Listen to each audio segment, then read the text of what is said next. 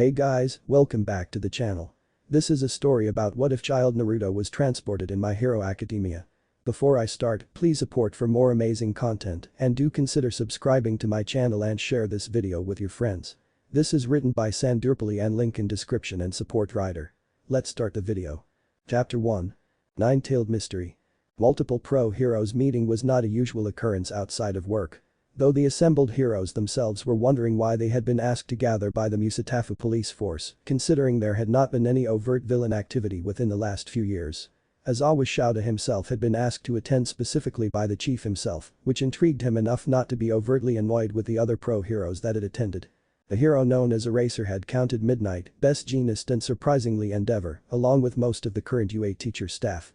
Several other pro heroes arrived as he got comfortable as the police got started with whatever they needed this many pro heroes for.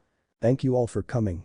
Naomasa Tsukauchi, one of the police force's more active members that worked with pro heroes started. I know you're all busy so I'll get right to the point. Several days ago there was a disturbance in downtown Musatafu.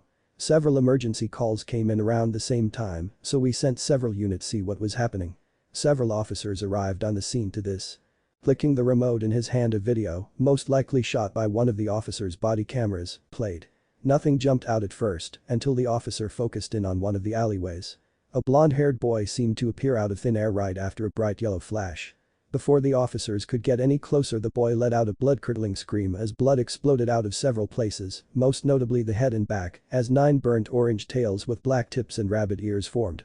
Despite the low-light conditions of the alley, the heroes could tell that the boy was in immense pain as he underwent the change, though Aizawa figured that the boy's quirk was just activating. It was weird as most quirks activated at an early age. Most quirks didn't put the extreme pain on them as well. Still didn't explain why he looked as if he had just been through the ringer, as the rather hideous orange jumpsuit he had on was basically in tatters, with more blood red than orange covering it. "Son, are you okay?" the officer approaching him asked, getting a reaction from the boy. Utter fear was the reaction that he gained from the simple question.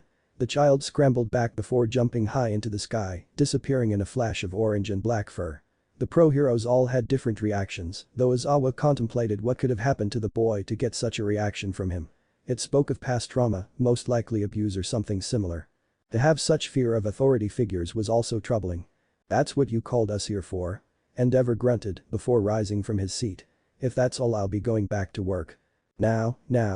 Best Jeanist, one of the top-tier heroes, stopped the man. "You have to admit that a child appearing out of thin air could have a warping quirk, though the tails and ears tell us that it could also be something else. Not to mention his reaction to police." Midnight commented before continuing, "It's like he had never seen the police before or hasn't had good experiences with them." "That was our initial thought." Naomasa responded before bringing up the file they had made up in advance. "Unfortunately, no records of a boy with 9 burnt orange black tip tails exist. From what we saw in the image, the boy is 12 to 13, rather short for his age as well. Blonde hair and blue eyes, uncommon in Japan for the most part outside of quirks. Shows a fear of authority figures. He did appear out of thin air after all," Midnight said, looking closer at the picture they had provided in the folder. Aizawa himself took a closer look as well. He noted several things about the boy that stood out, such as the musculature that most pre-teens shouldn't have, and were those whiskers on his face as well. "Surely a kid isn't the reason you had all of us attend this meeting." Endeavor grunted as he looked over the boy himself. "It isn't," Naomasa said before playing another video. "We had put out a notice to all officers and heroes to be on the lookout for a boy with 9 orange black tip tails. Surprisingly, the kid was rather good at evading the authorities, even though we tried to be as non-threatening as possible. Then this happened."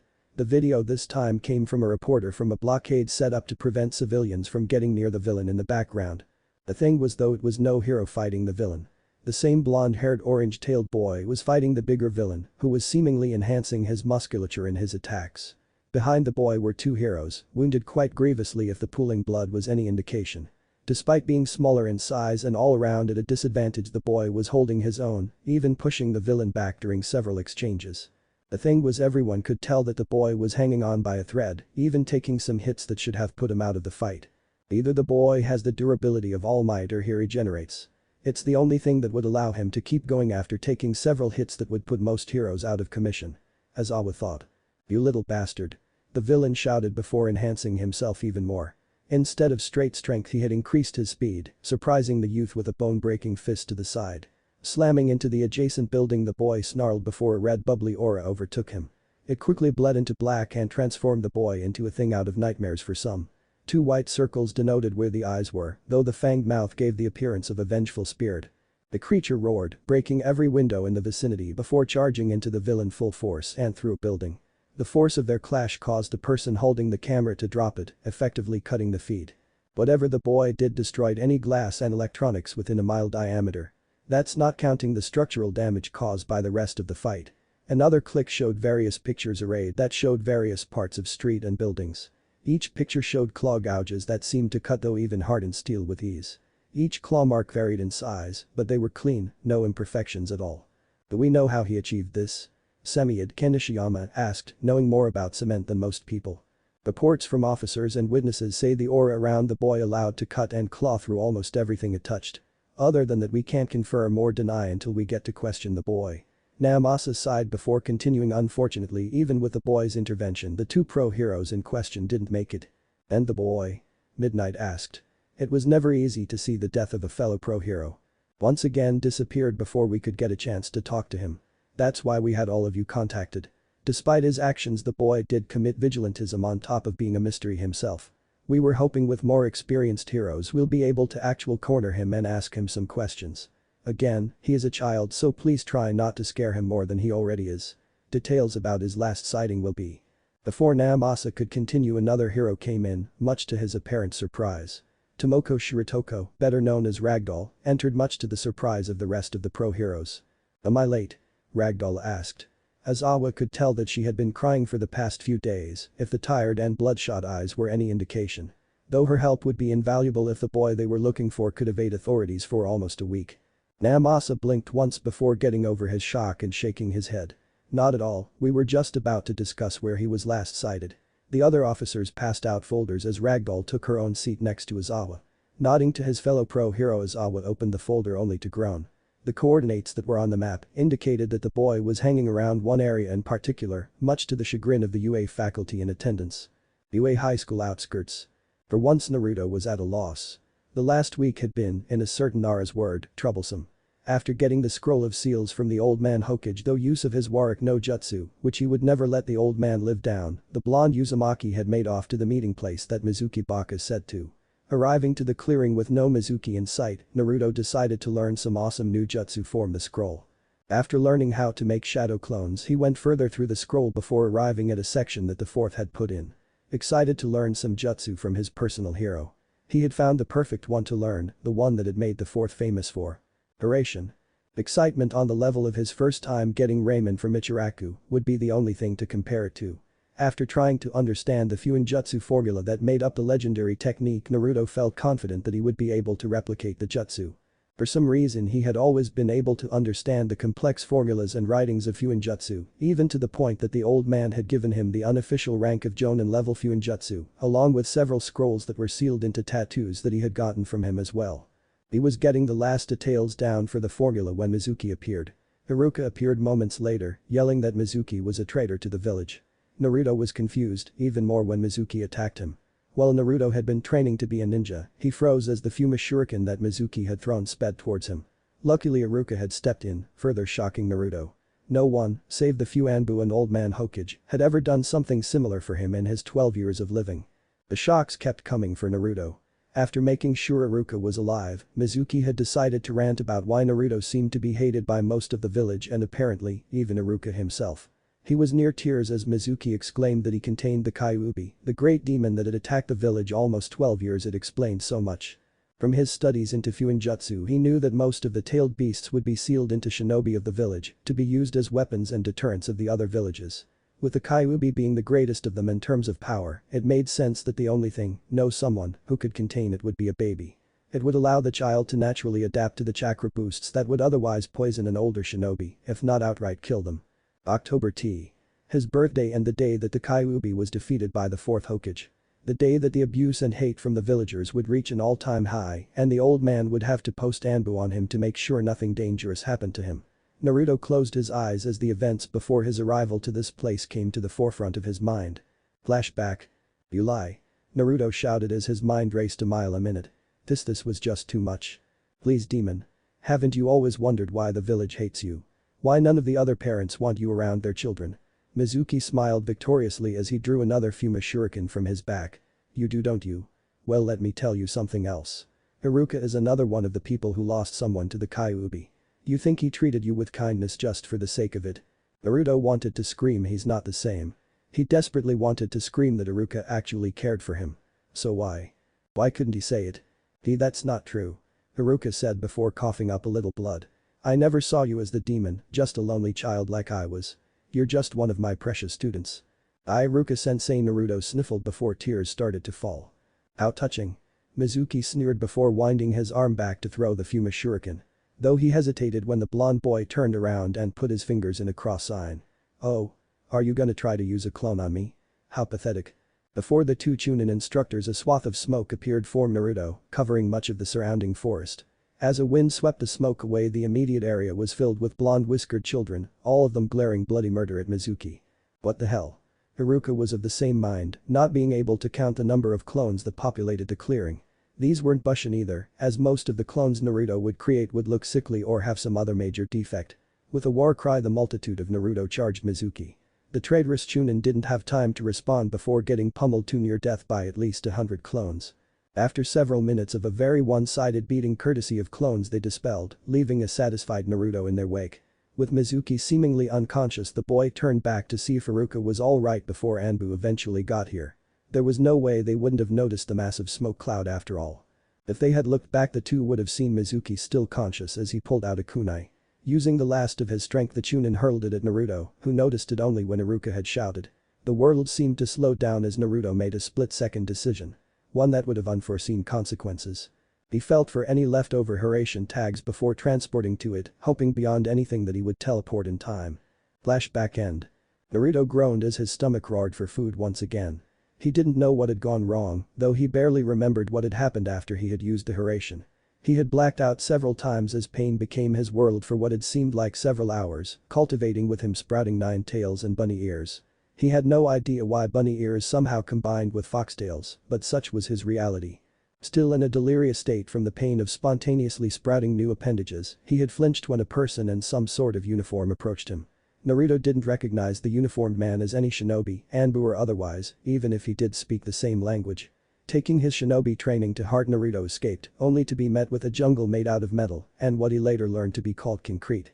Buildings higher than he had ever seen dotted the land, reaching even higher than the Hokage monument in Konoha. That's where his trouble had started. Having no money or means of contacting Konoha, he was stuck here, with no food, shelter or information of his current position.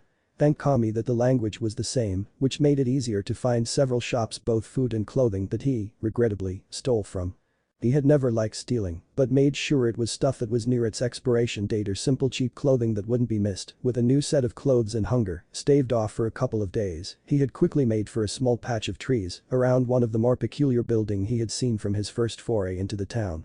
He had also learned that the city he was in, Musatafu, was located on an island called Japan. After acquiring a map of the world, he didn't recognize any of the lands that dotted the map. It had led Naruto to a startling conclusion. With his improper use of the Hiraishin, he had somehow transported himself to another world or possibly universe entirely. It was one of the only explanations that made sense after considering everything else. The many differences between the elemental nations and this earth were too numerous to be the same place. And that's not mentioning the people. Almost everywhere he explored, he came across people with different features and powers. It was as if most of the people he passed on the street had their own unique bloodline limit, though some were obviously more powerful than others. The more powerful ones were heroes and villains, as he had seen several of these heroes in actions over the course of the week he had been searching around Musatafu. While he had initially resisted the urge to interact with any of the heroes over the course of his first few days, it came to a head the 2 days ago. Flashback. Naruto grinned as he finished off the bun he had managed to receive after helping a woman unload her supplies for the restaurant. He felt less guilty receiving something for work than stealing after all. Walking around in a simple t-shirt and shorts with his shinobi sandals, the 9-tailed blonde arrived at a park, seeing kids and their parents playing around carefree. Naruto stood there in silence, seeing a lone boy swinging on the lone swing attached to a tree, having failed the exam once again. He restrained tears, knowing that it would draw attention to himself if he started to cry now. He had to get back any way he could. He would become Hokage after all. Naruto was abruptly taken out of his musing when screams of adults and children reached his ears. Before him now was a fight between two heroes and a villain, though the two heroes were greeting beaten back by the guy that had way too much muscles to be anything but a quirk. Naruto stood still as parents and their children evacuated, though he didn't know why. The heroes were at more of a disadvantage with every moment that passed. The end came when both the man and woman, who were wearing matching costumes, were both stuck hard enough where Naruto could hear the bones in their chest breaking. Both heroes collapsed in a heap after being thrown back and didn't get up. The muscle guy for some reason decided to finish them off, if the cruel and sadistic smile was any indication. He had raised his arm to finish them off, but was stopped by the most unexpected of sources. He didn't know when or why he had moved. For some reason seeing the two people about to die in front of him spurred him to action. With speed that he had never had, Naruto cleared the distance between them before delivering a straight punch to the villain's face. The force of the punch threw the villain back, though Naruto hissed as he cradled his hand. The fingers popped back into place almost instantly, owing to his enhanced regeneration from his change. "What the hell?" the man shouted as he cradled his jaw, "Where the hell did you come from?" Realizing that the sucker punch he had gotten in hadn't much effect, Naruto braced himself for a fight. Seeing this, the man's eyes widened in shock before closing as he chuckled. "You must have quite the death wish, huh, little guy. Alright." The man's muscles bulged as he started to approach Naruto. When he opened his eyes, the same cruel and twisted gaze pinned Naruto, who only braced himself more. "Let me oblige." Naruto whipped his tails around to form a shield that blocked the first punch. Naruto still winced as several of the bones in his new tails broke, only to fix a moment later. Ducking under a second punch, Naruto sped forward and gathered as much chakra as he could before releasing it as soon as his fist met stomach.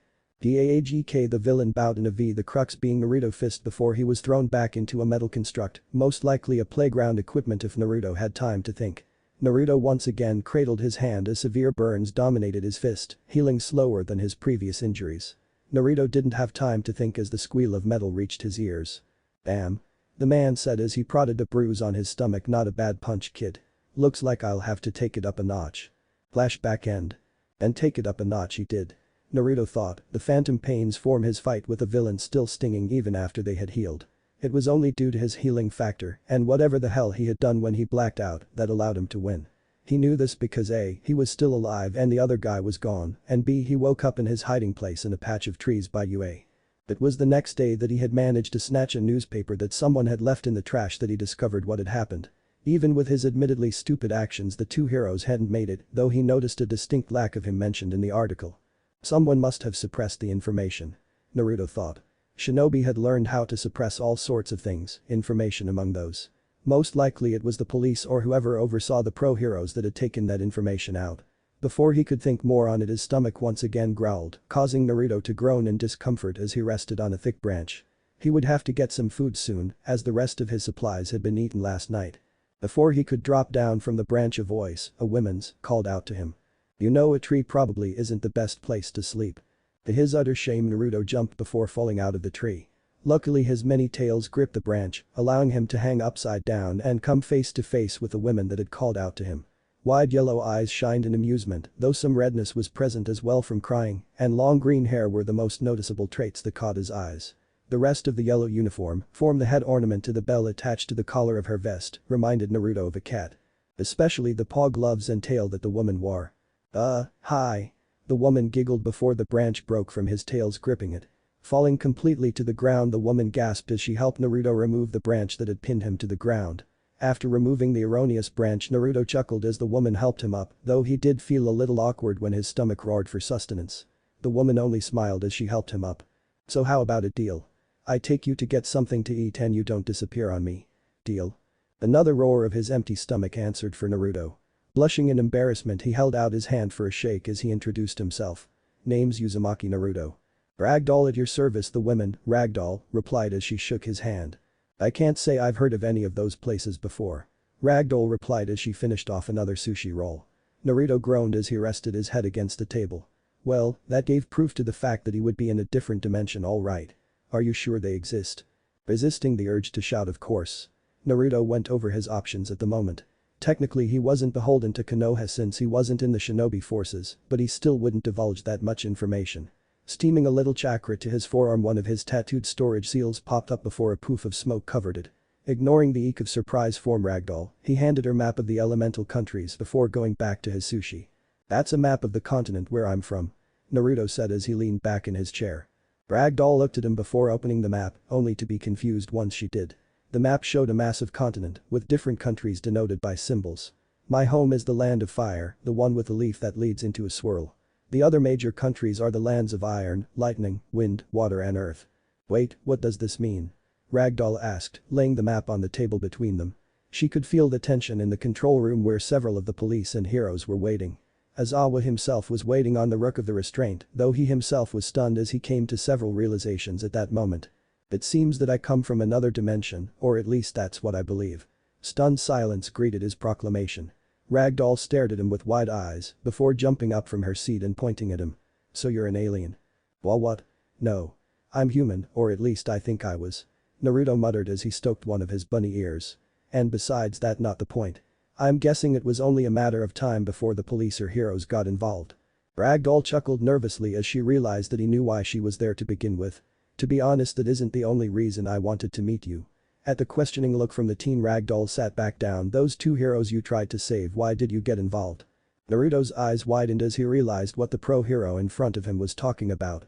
Looking down to his hands, Naruto contemplated why he had gotten involved, considering it had gotten him noticed much faster than he would have had he not gotten involved. Taking a deep breath, Naruto looked up into Ragdoll's eyes as he answered. Ragdoll herself noticed a similar gleam in her eyes that she herself had when she started her own career as a hero. I guess I just couldn't stand by as someone was in danger. It might sound stupid, but I know the feeling of being helpless more than once. If it's in my power, I would get involved, no matter what. Dadabeo. The tension was completely disrupted when Ragdoll giggled before Naruto realized what he had added to the end of his little speech. He slumped down before bumping his head on the table. So not cool. He's got that same gleam. Ragdoll thought as she approached the blonde, the same determination that all great heroes have and the will to make their own fate.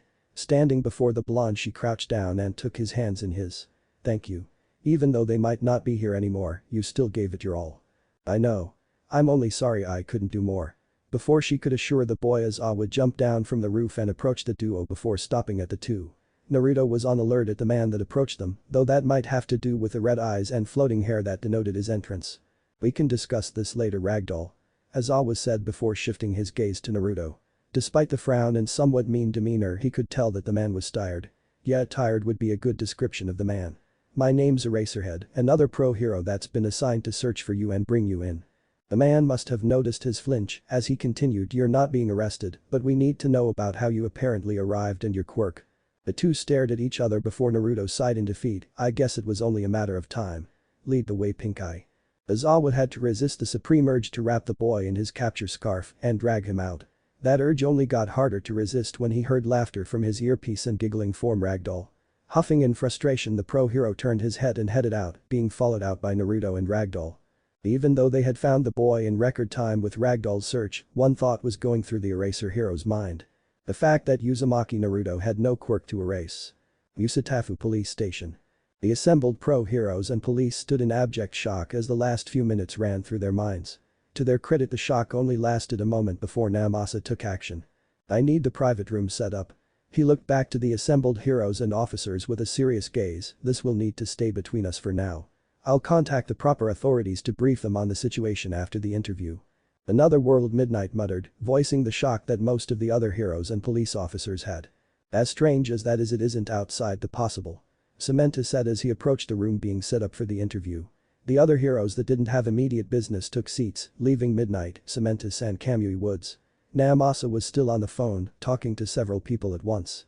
We live in a world of possibilities. This isn't out of the realm of those possibilities. Still, though, this is unprecedented. For an alien to look so much like us. Kamui hit the floor with a slap from Midnight. Be from another dimension, dear. The R-rated villain responded with a sweet smile. He's just as human as the rest of us, just with cute fluffy extra appendages. The wood-based hero merely huffed as he took his own seat next to Cementus. It was his hope that the cement hero would be an ample buffer in case his mouth apparently said the wrong thing again. The three pro heroes sat in silence, contemplating what this could mean for society. If the discovery of quirks was any indication, chaos could erupt with the information just leaking out, which was one of the reasons that Namasa was making the extra effort to prevent any leaks. Everyone had been sworn to secrecy before being allowed to leave, which was easily agreeably. Even Endeavor, bullheaded he may be, saw the problems that could arise if such an event were to be replicated again with the discovery of other dimensional beings. Their thoughts were interrupted when the boy in question entered the station, though they did wonder why it looked like Eraserhead was barely restraining himself from attacking the boy if the irritated scowl and eye twitch were any indication. Ragdoll herself was barely keeping a straight face, but let out a few giggles as she walked next to Naruto. What else was I supposed to call you? Your eyes literally turn pink when you apparently use your quirk. Naruto huffed as he followed the eraser hero and the hair thing, is that intentional or just laziness? And another thing. The tailed boy quickly found his mouth bound by the eraser hero's capture scarf and dragged into the private room that Namasa had entered and placed on the seat. The boy's rather comical attempt to remove the wrapping around his mouth ended when Ragdoll tapped the Aizawa's shoulder to tell him they should join the rest of their fellow pro heroes. Sighing in frustrated annoyance, he undid the wrappings covering Naruto's mouth. Blaring as the eraser hero left, he looked at Ragdoll before sheepishly looking away. "But could you stay?" Naruto asked, much to the shock of the officer and pro hero. The two adults glanced at each other before shrugging as Ragdoll took a seat next to Namasa. The officer nodded before facing the boy in question. "You seem tense," Eraserhead Midnight said, giggling at the twitch in his eye. "Have fun escorting our newest guest to the station." Aizawa merely responded by pulling out his all too familiar yellow sleeping bag before answering while he was getting comfortable. "He's chatty. And not in the cute and innocent way. Wake me when they're done." He finished before laying down, much to the amusement of his fellow pro heroes. There were very few people who could get under the pro eraser hero's skin, and apparently this Naruto kid was another one to add to the list. "Alright then." Namasa started, shifting some papers in front of Naruto. "Since we are in uncharted territory, I would like to get some basic information for however long your stay here is." Naruto shrugged before taking the paper the officer had placed in front of him.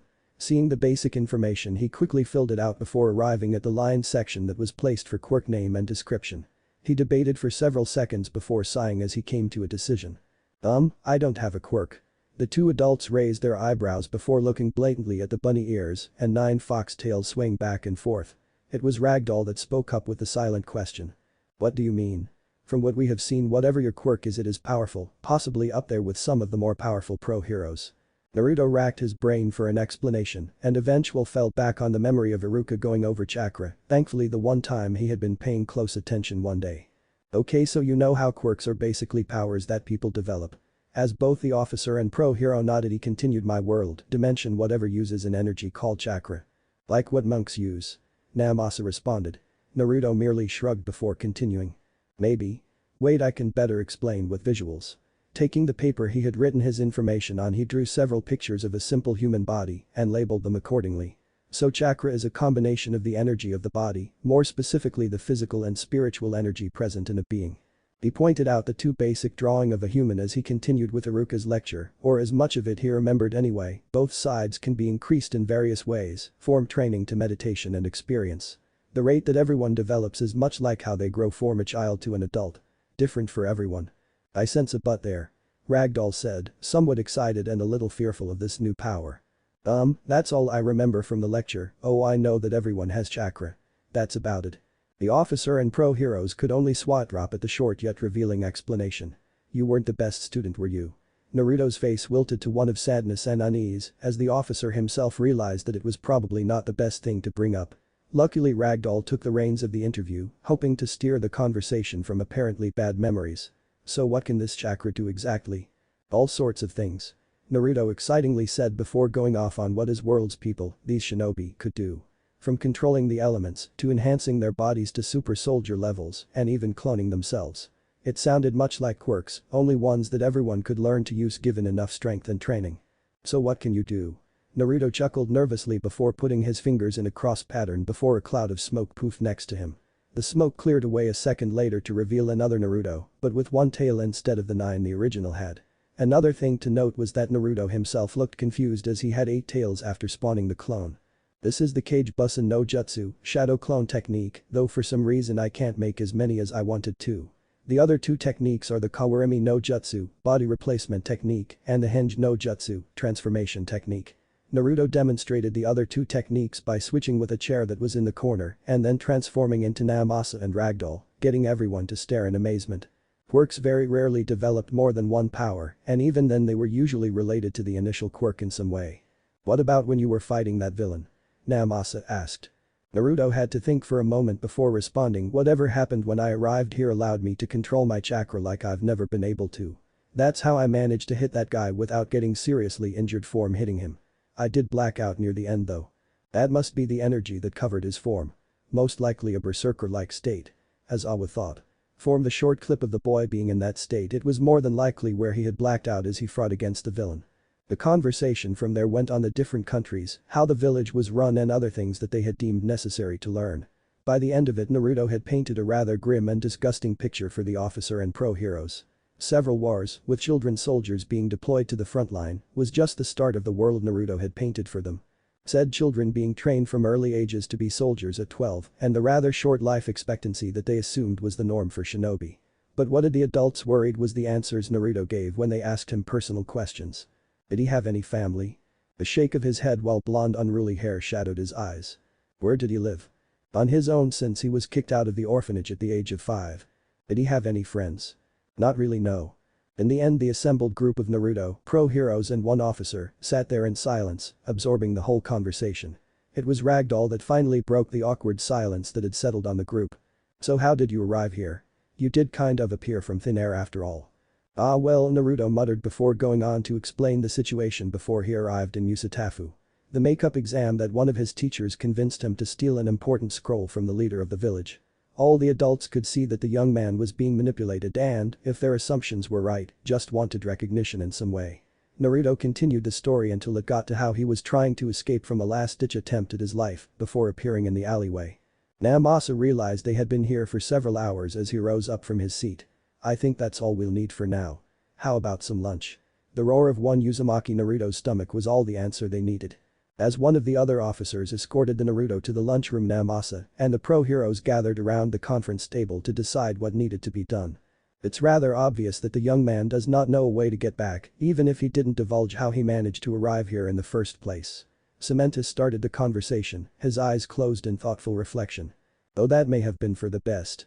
I was not the only one that could tell he didn't want to talk about anything that happened in his past or personal history. Midnight stated, getting nods from everyone. There's also the matter of his powers. They are definable, not quirks, as my own quirk didn't so much as affect him in any noticeable way. As Awa piped up from his position on the floor. Naomasa sighed as he pondered what he should do. He already had people he trusted getting the kid into the system in regards to identification and such. But from what he could see, it would be disastrous to put him in an orphanage because of his past experiences. He was not a detective for nothing after all. I think no know what to do. Ragdoll suddenly said, getting everyone's attention. Naruto stretched out his body after finishing of the simple meal of sandwich and chips. Sitting for hours on end was never his strong suit, even in the ninja academy. It didn't help that some of the questions were rather uncomfortable to answer.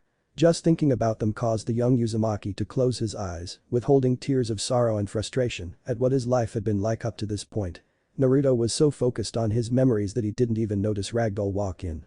It was only when the pro-hero kneeled down and took his clenched hands into her own that he noticed her. Thinking of bad experiences? Ragdoll asked. Naruto nodded, using his free hand to wipe away the tears that had almost formed. Well, I've got a question for you. Ragdoll reached behind her and took out a set of papers. Naruto's eyes widened when he noticed the name on the title of the adoption papers. Shiratoko Uzumaki Naruto. The tears that Naruto had tried to restrain returned in full force, though he did have one last question. Why? The Moko merely gave the blonde teen a motherly smile as she cupped his cheek tenderly. You don't know how to get home, right? Naruto nodded as he started to sob. Well, I thought, why not give you a home here? It's the least I could do.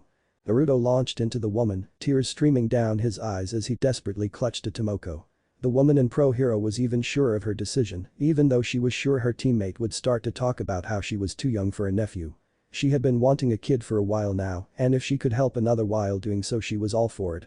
Several days later, Naruto, now officially Shiratoko Uzumaki Naruto, arrived at his new home. Waiting for him was his new family, the rest of the superhero team known as the Wild Cats. Exiting the car, he felt a brush of wind pass by, as if pushing him forward to his new future. Facing forward was the only thing he could do, and do it he would. Chapter 2. A somewhat normal life. Yada. The shout of one nine-tailed blonde teen was heard throughout the forest as he went on the attack. His opponent. One Chitori Iwara, better known as the pro-hero Tiger, and Naruto's adoptive uncle. The pro-hero in question easily dodged a straight punch before throwing the teen into another tree. It was not the first time Naruto had been thrown into a tree. For some reason he could imagine most of the trees in the clearing they were training had Naruto sized and dense. He was hitting them hard enough to splinter the bark after all. Though that might have just been his dazed mind seeing things, like the two tigers approaching him. "I didn't hit you too hard, did I, Naruto-kun?" Tiger said as he hovered over his adoptive nephew. Well, the pro hero knew his nephew was sturdier than most. Everyone had a limit. He chuckled as the boy rolled on his back to take in deep breaths before smirking. He had also noticed the distinct lack of tails of the Naruto in front of him, but merely pretended that he didn't. "Don't count me out, Oji-san." Naruto shouts as two three-tailed clones leapt out from the trees. The two aimed for different avenues of attack in the hope of getting a hit on the pro hero. He's gotten better with coordinating his clones. Tiger thought before dodging while grabbing the clones at the same time. Now he just needs to better his surprise attacks with them. And possibly work on a way to disguise how many tails he's using for his clones. But the flourish of strength, the male member of the Wildcats threw the two clones into a charging Naruto. Naruto hadn't expected to be assaulted with his own clones, though it didn't help that they somehow hit him in the head and crotch. With a meep. The team collapsed holding his privates while silently dispelling the clones. His eye twitched when his clones' memories came back and how painful that hit looked.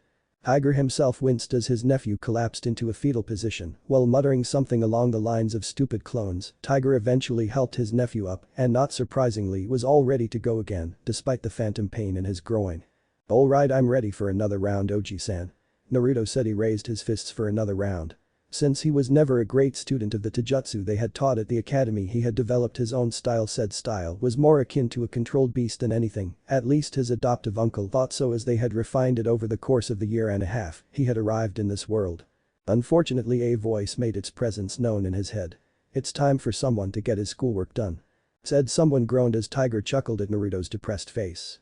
The blonde teen begrudgingly headed inside to participate in his daily lessons, which his adoptive aunt, Shino Sasaki, Mandalay, headed with help from tutors that would come in every now and then to make sure Naruto was up to speed when high school came around. While he initially had trouble understanding the more complicated aspects, both Sasaki and Naruto had abused the hell out of Naruto clone technique. Though he could only spawn a maximum of 9 clones at a time, it still went a long way in Naruto catching up to appropriate knowledge. On a side note, it also helped with keeping the house clean. Much to the team's delight, of course. Naruto merely ignored the clones grumbling about being made into housemaids after a while. How would clones help with chores and school, you may ask? It all came down to a random day a few moes into his arrival and subsequent adoption. Flashback.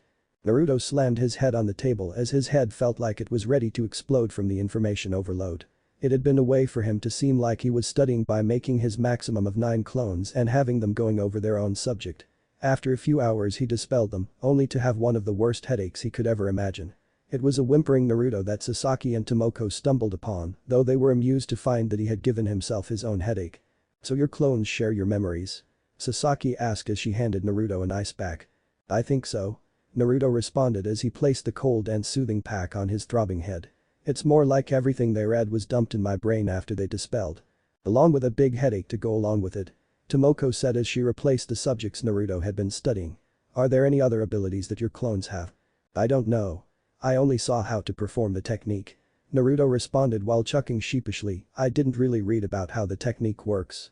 "Still though," Sasaki stated as a glint appeared in her eyes that Naruto honestly did not like at all. It reminded him of a tiger finding an interesting prey for some reason. "Used properly, we'll definitely be able to get your education up to speed." Flashback end. Following that little event, his education had come a long way from the basics, approaching pre-high school from what he could understand. That did not necessarily mean he had to like it. It didn't help that Sasaki could easily tell when he tried to replace himself with a clone to go train or goof off several times. Even his tried and true method of escape was usually offset by the tag team of Tomoko and Yuara, capturing him the first few times. Eventually they had come to an agreement. They would split his time between training and school, with chores and other things that kids his age did. Which for some reason Naruto found odd. Though it could be because he was, technically, raised in a shinobi village where children were raised to be mercenaries. That compounded with the hard lifestyle that had been the result of having the Kyuubi sealed in him, made him further appreciate the rather normal lifestyle he was living now. Though normal was a subjective term for a world of people with abilities like quirks. Several hours of tort learning later. Naruto let out a sigh of exhaustion as he stared up into the starlit sky. While he would still get a small headache from using clones to study, he had found a good medium, even if he had to endure a little pain for it. The headache in question was not what was on his mind at the moment. Naruto merely stared up into the different constellations in the sky as he went over his current set of issues, as it were. For starters, his seals were acting up. Not in the sense that they had failed, as he could still store and pull things from them easily. Ever since he had gained his additional appendages, he had seemed to gain an innate understanding of the seal work on his arm, to the point where he could discern minute points where the seal could be altered in different ways. As per his training and own work with seals, he approached this with caution. It would suck if he somehow managed to get his arm stuck in a storage seal with an improper change. Or cause the seals to combust, or any other horrible permanently maiming thing he could think of. Thoughts of Yuinjutsu turned his attention to another mystery he was still trying to solve. After several days of rest from all the events of his first week in this new world, Naruto tried to understand more of the Hiraishin from his notes that he had managed to save in his seals. From his notes he shouldn't have been even able to use Hiraishin, since it was apparently attuned to only one person in particular. The fourth Hokage himself. It was apparently attuned to his blood as a way to prevent enemies from gaining the famous technique for themselves. That little revelation brought some uncomfortable theories to mind. The most disconcerting was the fact that Naruto himself might actually be related to the fourth in some way. Fuinjutsu was pretty straightforward when working with blood after all. Naruto had tried several times to remember what the fourth looked like outside of the face on the Hokage mountain. Blonde spiky hair, longer than Naruto's by a good margin, framed an angular face and blue eyes, a similar shade of Naruto's. Now that Naruto looked back, it was not hard to see the resemblance. While the blonde hair was a common trait of the Yamanaka clan, his shape and color leaned more towards the fourth's than the platinum blonde that was common in Ino's clan. Naruto wondered who his mother was as he received more from her in regards to his face structure and demeanor. At least that was his assumption. His mother must have been on the Uzumaki side, which explained his prowess at learning and understanding Fuinjutsu to such a degree. From what little he had been able to learn of the Uzumaki clan, they were defined by their longevity, massive natural chakra pools and expertise in the realm of Fuinjutsu. Naruto fit two of those traits, but could easily chalk up the blonde hair to genetics from his father instead. Naruto blinked as he realized where his thoughts were going. It seemed all that schoolwork was paying off in the end. Shaking his head, he noticed someone leaving the house, though it wasn't one of the wild cats. The person that came out of the house was none other than Izumi Kota, orphan child of the two heroes he had tried saving almost a year ago. He must be going to visit their grave again. Naruto thought as he silently made to follow the boy. Their first interaction was frosty if there was ever a word to describe it. Having never had parents to begin with, the only correlation he could draw was if something would happen to the third. It didn't take long to arrive at the graveside of Kota's parents, the heroes better known as Waterhose. Kota merely kneeled in front of the graves, softly shaking as quiet sobs shook his shoulders. Why did you leave me? Kota asked the two graves. Naruto was no stranger to grieving, as it was a constant presence in the world of shinobi. But Kota wasn't a shinobi in training. He was just a regular kid that was dealt a bad hand in life. Silently coming to a decision, he approached the younger kid before kneeling next to him, offering silent support. The two just kneeled there for a while before Kota spoke up. Why did you try to save them? He asked, his expression shadowed by his hat as Naruto stared ahead. Naruto mulled it over in his head for a few moments before answering. The kinda just happened to be honest. Naruto answered before continuing. What I mean is that I couldn't just stand by and let the bad guy have his way. I'm sorry that I couldn't do more to save them. Naruto finished speaking as silence once again enveloped both of the kneeling boys, much to Naruto's awkwardness.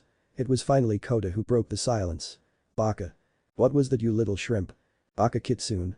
Kota yelled as he stood up to glare at the now standing Naruto. Sparks seemed to fly between the two before they grabbed each other's cheeks and pulled. Give up, you small fry. You first, Baka. Neither of them noticed the wild cats chuckling in amusement as they stood back a little ways. The team had been more than a little worried about Kota and were glad that the blonde had, at the very least, given the boy support that wasn't from an adult and someone closer to his own age. Several weeks later. Naruto realized several things over the year and a half after his changes. His senses, especially his hearing, had been enhanced way above what he was used to. His tails required a lot of maintenance, but made a pretty comfortable pillow and blanket, as evidenced when he would wake up from a nap, only to be greeted by Tomoko using several tails to do the same. The current predicament was one such change that he could attribute to his new appendages. Oh, look how cute those tails are. Aw, look, he's blushing. So, fluffy. Naruto attempted to duck his head as the compliments, mostly from women and younger girls, washed over him. The reason for his attempted duck was the fact that he was being fitted for new clothes, a favor that Tomoko had called in from her fellow pro hero best jeanist, Hakamoto Tsunagu. Said hero tapped the boy's forehead to make sure he didn't shift again, much to the irritation of Naruto. If you keep moving, we'll be here all day. The pro hero sighed before taking more measurements of the boy's current outfit. You are the one who wanted orange as a main color, heavens knows why. "Boy, don't you disrespect the orange." Naruto exclaimed only to get pricked by another pin. He swore the pro hero was doing on purpose by now. "And if anything that abomination tells me is that you have no sense for fashion in any form." Best Jeanist said as he wrote down the completed measurements and adjusted them for growth spurts. Ugly it may be, but the makeup of the jumpsuit he outgrew is far sturdier than even some pro hero uniforms. It was one of the reasons he had agreed to making the wardrobe for the currently pinned and measured boy. Being one of the top heroes, he had been notified of the tailed boy's status, though Tomoko had filled him in on the rest as she amusedly watched the last hour of back and forth between Naruto and Best Jeanist. Even though he had only met the young man a few hours ago, he could tell he had the drive to be a hero, even without mentioning it. "Alright." Best Jeanist said while using his quirk to quickly sew the clothes that he had measured out on Naruto. "I've made it so that this and the other outfits you ordered should be able to go through another growth spurt too if they aren't as big as the last ones. As per your request, they've been fitted to allow your tail's maximum comfort and maneuverability." Best Jeanist sighed as he finished gathering the designs he and Naruto had written up. The boy was surprisingly good at drawing out what he wanted. Not so much with the color choices. "And per your other request, I'll try to fit orange into all the outfits in fashionable ways." "Awesome Dadabayo." Naruto exclaimed before getting elbowed lightly in the ribs by Tomoko. "Oh, I mean thank you Mr. Jeanist." "You're welcome. I'll have your order done by the end of the day. Just stop by before the store closes to pick it up." The pro hero said before noticing that both Naruto and Tomoko had left. Best Jeanist sighed as he got to work somehow fitting orange into a fashionable style for the tailed boy. "So what have we got left to do today?" Tomoko asked as she walked leisurely next to Naruto. The young man in question pulled a list from his pocket as he made sure his tails wouldn't bother any passersby. Though some of the passerbys, mostly of the female variety, seemed to not mind the tails brushing against them. "Looks like we need to pick up groceries for home, some additional supplies for my Fuinjutsu, and some mother-son bonding time." Naruto looked up from the list to a grinning Tomoko. "I'm pretty sure Aunt Sasaki didn't write that last one." Both mother and adopted son shared a similar smirk before laughing. Naruto felt lighter than air during these moments when he could interact with Tomoko like his real mother. It didn't even have to be trips to Musatafu to get this feeling. Little moments, like watching the stars or brushing his tails, were everything the younger Naruto had always craved. In the year and a half he had been here he had revealed little by little what his life was like in Konoha, though nothing overtly major. To know that Tomoko didn't care and even was angry for him at his childhood treatment was more satisfying to him than an all-you-can-eat Raymond Buffett. "So where were you thinking of having this mother-son bonding after we get the shopping done?" Tomoko turned around and started to walk again before responding, "That's a secret." Naruto merely chuckled as he followed his adoptive mother, wondering what she could have planned for later. Several hours later, one of which was spent arguing over how much raiment he could get, Naruto and Tomoko had arrived at one of the more scenic parks that Musatafu had to offer. The many trees and flowers reminded Naruto of Konoha's forests, though for some reason it didn't give him the sense of homesickness as it used to. They had both stopped at a small lake that sat in the center of the park, both mother and adopted son, staring at the reflected scene of trees and flowers in the water. "You once told me," Tomoko broke the calm silence while getting Naruto's attention, "that you didn't know what a family felt like, only saw it from the outside." Turning to face Naruto, Tomoko had a small motherly smile as she continued. "You've had such a hard childhood, one that many would have broken from." Naruto's eyes were watering by this point as memories of the crippling loneliness came to the forefront before being dispelled by Tomoko cupping his face with both hands. "You'll soon be going to UA, where I know you'll become one of the greatest heroes." "You know how I know?" Naruto shook his head as tears started to fall as she caressed his cheeks lovingly. "Because you are one of the most compassionate people I know. Out of all your traits, it's that one that will make you a great hero." Tomoko moved her hand and hugged the boy, who was now almost the same height as her.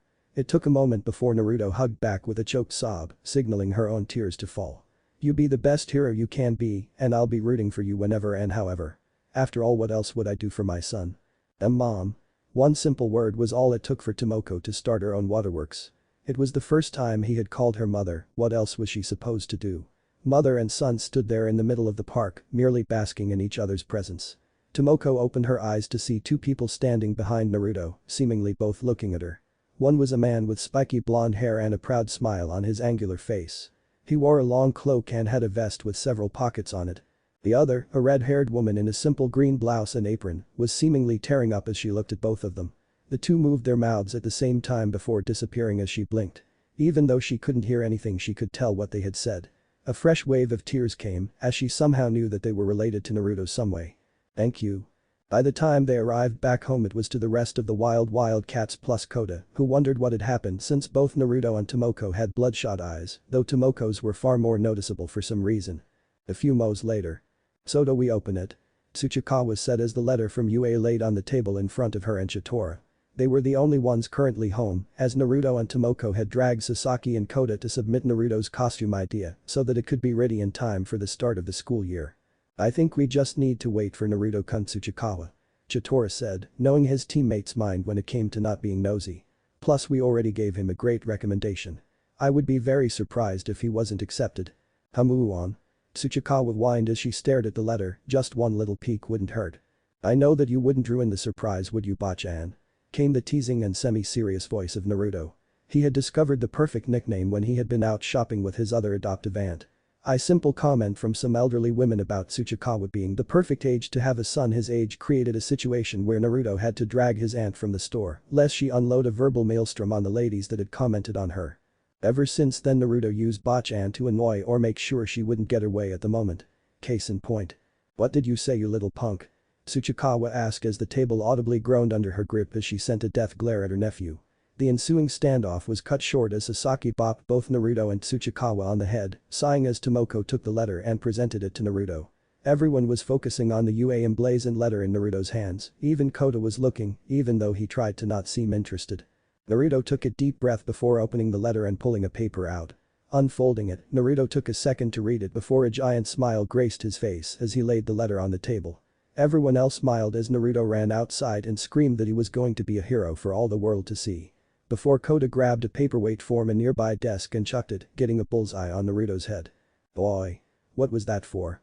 "You're being too loud," Kota said before turning away. The boy didn't get far before being caught by one of Naruto's tails. Kota struggled before he was dragged to Naruto, who had his hair shadowing his eyes at the moment. Kota grew pale as Naruto lifted his head, a devilish smirk on his face as he headed to the kitchen. "And I know just how to celebrate this. With ramen." Kota's eyes grew wide as he struggled to get away from the ramen-obsessed teenager that was Naruto at that moment. He didn't even like ramen. Mainly due to the team that was going to be forcing him to eat it again. He had been the latest victim of the tailed blonde's obsessive and ravenous hunger for all things ramen. It was like watching a train wreck made of noodles that wrecked in a tunnel. The adults were still standing around the table, reading and passing off the letter as they watched the amusing scene. Tamaka took the letter as Sasaki attempted to curb the insane amount of ramen Naruto was cooking at the moment, or at least sneak in vegetables and meat when he wasn't paying attention. Tomoko raised the letter as a proud smile adorned her face. "Uzumaki Naruto. It is our pleasure to welcome you to the hero course at UA. With overwhelming recommendations from the wild cats, you have been selected to be in the Department of Heroes as part of Class 1A. We expect great things from you in the future. Go beyond, plus ultra." Tomoko's smile stayed as she laid the letter of acceptance on the table, making a note to frame it later for Naruto as a small gift for him. Then she started to laugh when she realized who his homeroom teacher was going to be. Aizawa twitched as he read through the files he had been provided of his new class. Several students stood out while he perused the files, eventually ending on one Uzumaki Naruto. Aizawa's eyes twitched when he remembered his short interaction with him 2 years ago, including the nickname he had been given. Narumi, Midnight, had never let the nickname die, and it only got worse when his fellow hero and friend Present Mick had heard. Mini flashback yeah. Aizawa sighed as he rested in his sleeping bag in the faculty break room. This year's current Wana class was annoying, more so than the last one. Before the sweet piece of nap could take him, the door was opened by none other than two of his fellow teachers, Midnight and Present Mick. He did not like the mischievous look that Midnight had as she walked in with her tea. How are you today, Pink Eye?"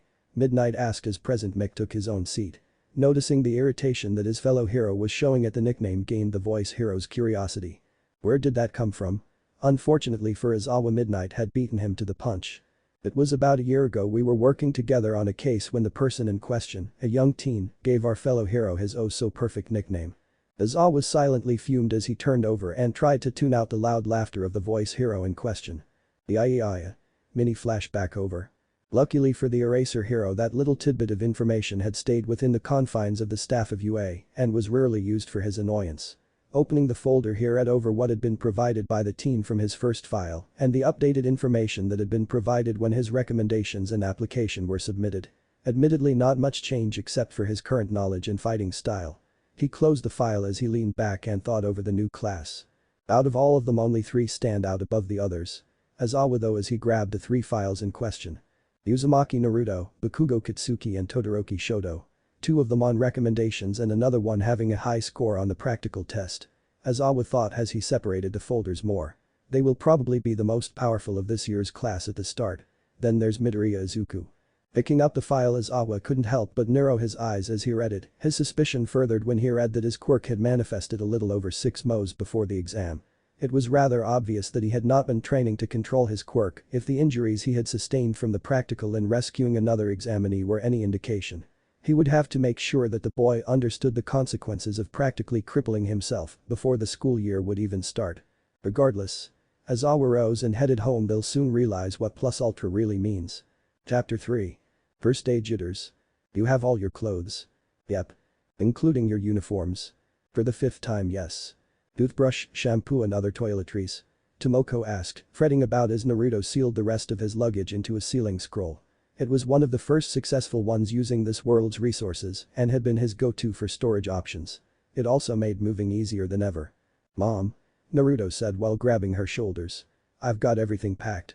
We did go over it twice before I sealed it after all. Tomoko sighed as she sat on the bed in her son's soon-to-be vacant room. Since the wild cats lived a good day from UA, Naruto was eligible for student housing. Said housing was similar to a college housing, though scaled back some due to there not being as many needed.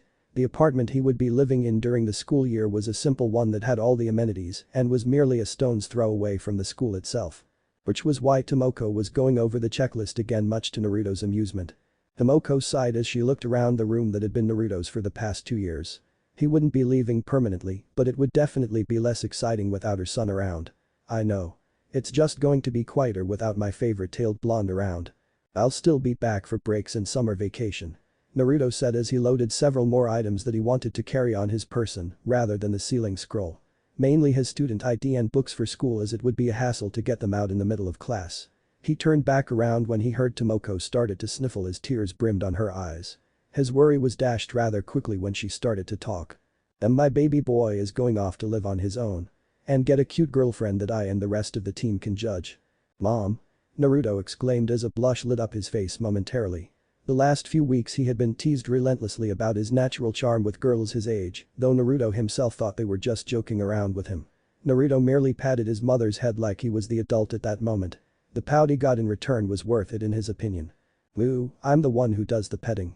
Tomoko said and retaliated by petting his whiskered cheeks. Several rubs got Naruto to start purring, much to his utter shame. Naruto resumed his patting, trying to get the upper hand in this battle of wills. Unfortunately Tomoko stated to scratch them, getting more pleasure as he further relaxed and was starting to drift asleep due to the pleasant lulling sensation. Tomoko's grin merely grew as his tails lazily waved like he was totally relaxed, making this her win. Ha! That will show you. Tomoko cheered as Naruto grumbled to himself. Tomoko's wide smile became a small one as she patted his head, though he was slightly taller than her now. Promise to message me every day. Of course. And call me once a week. Yep. And introduce me to your girlfriend at the first chance. Sir, wait, what? Tomoko giggled as she headed out to the car. It would be the last time she would see Naruto for a couple weeks, and what was the joy of not teasing her son to the fullest? She giggled at the thought as she got the car ready. Naruto himself was looking around the room where 2 of the best years of his life had been spent in. There were several mementos he was leaving here since he didn't need them at UA for the foreseeable future. Several photos of various moments adorned the wall and shelves around the room that each detailed a various moment that he had experienced over the 2 years he had been living here. Naruto started at the first shelf as he looked at the various frames. The first few were of different moments that he and Tomoko had spent as mother and son. From just a simple lunch at a ramen stand to shooting off fireworks, he couldn't help but smile as each picture corresponded to a memory he had made with his mother over the course of his first 2 years here. The centerpiece of this set of photos was a blown-up picture about double the size of the rest of them. The picture itself was nothing special as it was a zoomed-up shot of Tomoko and Naruto with wide beaming smiles. The part that made the picture special was the makeup both Naruto and his mother wore. While Tomoko was wearing her standard hero makeup, which included pink whiskers and circle around her right eye, Naruto was wearing a burnt orange whiskers over his own and circle over his left eye. He chuckled when he read the title of the picture as well. Loving mother and son Data Boyo. I probably should have made sure the plaque wouldn't be embarrassing. Luckily he was taking the same picture, just smaller and without the words.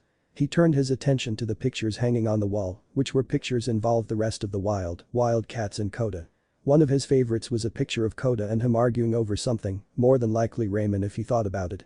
The moment in particular was both of them glaring at each other while standing off, making it hilarious picture, now that he looked at it. He wondered if Kota had his own picture, as he wouldn't put it past Aunt Shino to slip the picture into Kota's room. The other picture that was his favorite was a group picture of the wild cats plus him and Kota. While Kota was looking away from the camera while attempting to hide his face with his cap, the rest of the group, Naruto included, struck their iconic pose. Naruto was crouched in the middle, his tails fanning behind the group to create a rather spectacular backdrop for the whole thing. The wild cats and their protege. The foxy hero Kurama. That picture had quickly become a family favorite, even getting a big version of it placed in the common area. His hero name, Kurama, came to him one day when he was discussing hero topics with Yuara. It was like a thought now his own put the name to the forefront of his mind, though he quickly dismissed it when he considered the name. It fit, almost scarily so, his personality and history. From his own lessons on history, Kurama was a sacred place that birthed ninjutsu in this world. Though he had a feeling that it had to do more with his old world than the current one. Regardless, Yuara was more than happy when he pitched the idea of his hero name, citing it was one of the more difficult things to consider when training to become a pro hero. His thoughts were interrupted by the man himself when he placed a hand on his shoulder. Glancing to him, Naruto couldn't help but chuckle as the man contemplated the picture in front of them. I remember when we tried to first create our iconic pose. In short, a train wreck would be a good comparison. Yuara commented as he chuckled. 4 differing personalities, each bringing something unique to the team. It took some time, but we eventually managed to get it down. Then there's you. Yuara pointed his hand to the picture as if to emphasize the point he was making. In no time at all you managed to fit into our pose, almost as if you knew what to do. You have a gift, Naruto, one that many your age go though much trial and error before they realize it. Teamwork. And the ability to work with others no matter the situation. I haven't forgotten Oji-san. Yuara chuckled before holding his hand out for Naruto. Reaching up, he placed a pin of a wild cat paw into his hand. From today you are an honorary member of the wild cats. Taking the pin, Naruto put it on the lapel of his jacket before smiling as he shook his uncle's hand. I won't let you down, Oj. Naruto-kun. We need to head out. Tomoko interrupted. Naruto quickly made to grab his bag and scroll before racing out, yelling goodbye to everyone as he hopped into the car with Tomoko. Yuara, Shino and Ryuko stood on the porch as they waved goodbye. He's going to be such a troublemaker. Ryuko said, getting Yuara and Shino to chuckle in agreement. He might be, but he'll become a great hero. I just know it. Shino said, getting nods of agreement from her teammates as the car disappeared down the road. UA housing. After registering with the school and getting his room key, Naruto and Tomoko set to fixing up his room with everything he had brought. Luckily, the storage scroll worked wonderfully by depositing everything in a neat little pile instead of exploding all over the room. It had been a major hassle to explain why the laundry room had looked like a tornado had gone through and targeted all their clothes after all. Naruto snorted as he placed the last of his clothes in the closet, getting a bemused look from Tomoko. She had just finished placing various knickknacks and pictures around the room, though she had added a few to liven up the place. What are you laughing about? Tomoko asked as she handed him the last of his clothes. She could think of several different pranks and moments that could amuse the tailed blonde. That time I tried to seal the laundry to move it. Tomoko giggled, remembering that particular incident, especially when everyone came upon the blonde sprawled in the middle of the room of scattered clothes. He wasn't hurt in any way, just lamenting the fact he would have to refold all of the laundry again. Tomoko merely smiled as she sat on the bed, watching as her now teenage boy was starting a new chapter on his way to becoming a hero. Well, that's everything. Naruto exclaimed as he took the only chair in the room. Tomoko merely rolled her eyes at her son's joy at unpacking by spinning in the chair. So, quick question. Naruto spoke up as he stopped spinning to face his mother, we going to celebrate my entrance to UA? I did say that, didn't I? Tomoko said as she smiled and rose up. And it so happens I have the perfect place and present for your entrance into UA. Before Tomoko could drag Naruto off to celebrate, a soft knocking interrupted them. Wondering who it could be, Naruto opened the door only to look down and see a combination of animals in a suit looking up at him. He could make out several different animal traits that seemed to fit together to create this person thing. Oh, Principal Nezu. It's good to see you again. Tomoko said as she looked past Naruto to see the principal. Said principal raised one of his dog-like paws in greeting. Ah, it's good to see you, Tomoko. I understand your son will be attending UA this year. This must be him.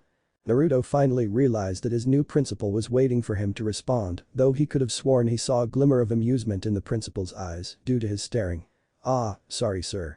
My name is Naruto Uzumaki Shiritoko. I'll be in your care. Such polite manners, nothing like Aizawa described. My name is Nezu, principal of UA High School. I'm actually glad I caught you before you went out to celebrate. Both Naruto and Tomoko glanced between themselves before looking back at Nezu with curious expressions. Moving back inside, both mother and son took the bed while Nezu occupied the lone chair in the room. Now then, let me be the first UA staff to congratulate you on your acceptance. Ah. Naruto unconsciously rubbed the back of his head in embarrassment at the praise. Thanks, principal. The second topic has to do with your abilities and more importantly your previous home. Both Tomoko and Naruto raised their eyebrows in confusion. They had known some of the teaching staff would know about Naruto's otherworldly origins. They knew at least Aizawa knew, considering he had been one of the first pro heroes and people that Naruto had interacted with. What do you mean, sir?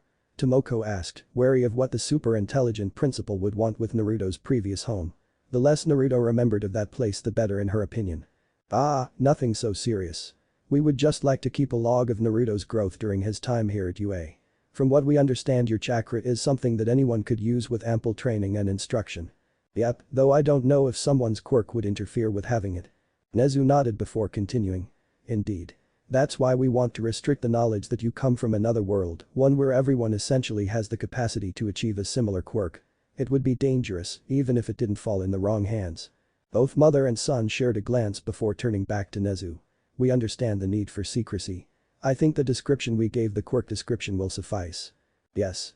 It was broad enough to not be heavily scrutinized, and several similar quirks exist in the world today. Nezu slid down from the seat as all three walked towards the door. Recovery girl will be in charge of monitoring your progress. Nothing major, just a moly physical, along with reports from your hero courses. And once again. Nezu turned back while raising his paw in the air. Welcome to UA, young hero in training. Both Tomoko and Naruto watched as Nezu walked down to several doors before knocking on it. Figuring that he was visiting another dorm student, mother and son shrugged before locking up and making their way to the car. Naruto was oddly silent for several minutes as Tomoko drove to the ramen stand. Naruto always got into these silent contemplative moods after conversations involving Konoha or the elemental nations. What's on your mind, Sachi? Tomoko asked as she searched for a good spot to park. It's just, Naruto sighed as he turned to Tomoko. Was Principal Nezu a dog mixed with a bear and mink, or vice versa? Tomoko stared at Naruto for a moment before giggling, then outright laughing at the question. Oi, it's a serious question. Naruto let out a satisfied sigh as he finished off the rest of his ramen, while Tomoko just shook her head in exasperation. Her son's penchant for ramen consumption, while not as absurd as it had been, was still something to see. 6 large bowls were placed off to the side as Tomoko laid her single bowl with them. After paying the rather large bill, Tomoko looped her arm with Naruto, intent on leading him to his present. So what did you get me? Be patient. Tomoko said while poking him in the ribs. Naruto rolled his eyes as they continued to walk. It took a lot of convincing for the support companies to make an additional costume. Wait, you mean? Naruto's eyes seemed to gleam with stars as Tomoko nodded. They should have delivered it to your Roahh. Before she could blink, Naruto had scooped Tomoko in a bridal carry as he jumped up to the rooftop of a nearby store before running and jumping between the building and trees by jumping with concentrated bursts of chakra. It had taken most of a year before his control was good enough to not leave depressions where he launched from. In no time flat they had arrived back at the student dorms as Naruto set Tomoko down. Straightening her hair from the wind, she chuckled as he ran to his room before she heard a yell of joy. Walking to his room, she could only giggle when she heard him quickly changing before knocking. I'm ready. Tomoko opened the door to see Naruto standing in costume with his fists on his hips, striking a heroic pose as she looked him over. The color scheme was a simple 2-part, black and orange with different tones. Lightweight armor colored black covered his forearms, chest and shins, allowing for free movement. Orange pants with a black stripe led to a similar shirt with opposing scheme in regards to the stipe. Several pouches hung on a belt, with a large case for his fighting scroll to be attached to on the back. A burnt orange coat with no sleeves came down to his shins, with a split where his tails lazily waved in the background. To top it all off, he had done his face with thicker rectangular whiskers and eyeshadow on the left eye, all in burnt orange as well. Foxy hero Kurama, reporting for duty. Naruto proclaimed as he fanned his tails for dramatic effect. Tomoko clapped in joy as he posed once more before performing some quick katas to get a feel for it. How does it feel? Like I imagined it. Naruto said as he started to channel chakra through it, more than surprised to find the costume easily channeling chakra to the armor and clothes. Oh yeah. Tomoko noted the distinct yellow chakra suffusing the outfit. I forgot to tell you that the support company we use was able to create a weave that channeled your chakra easily.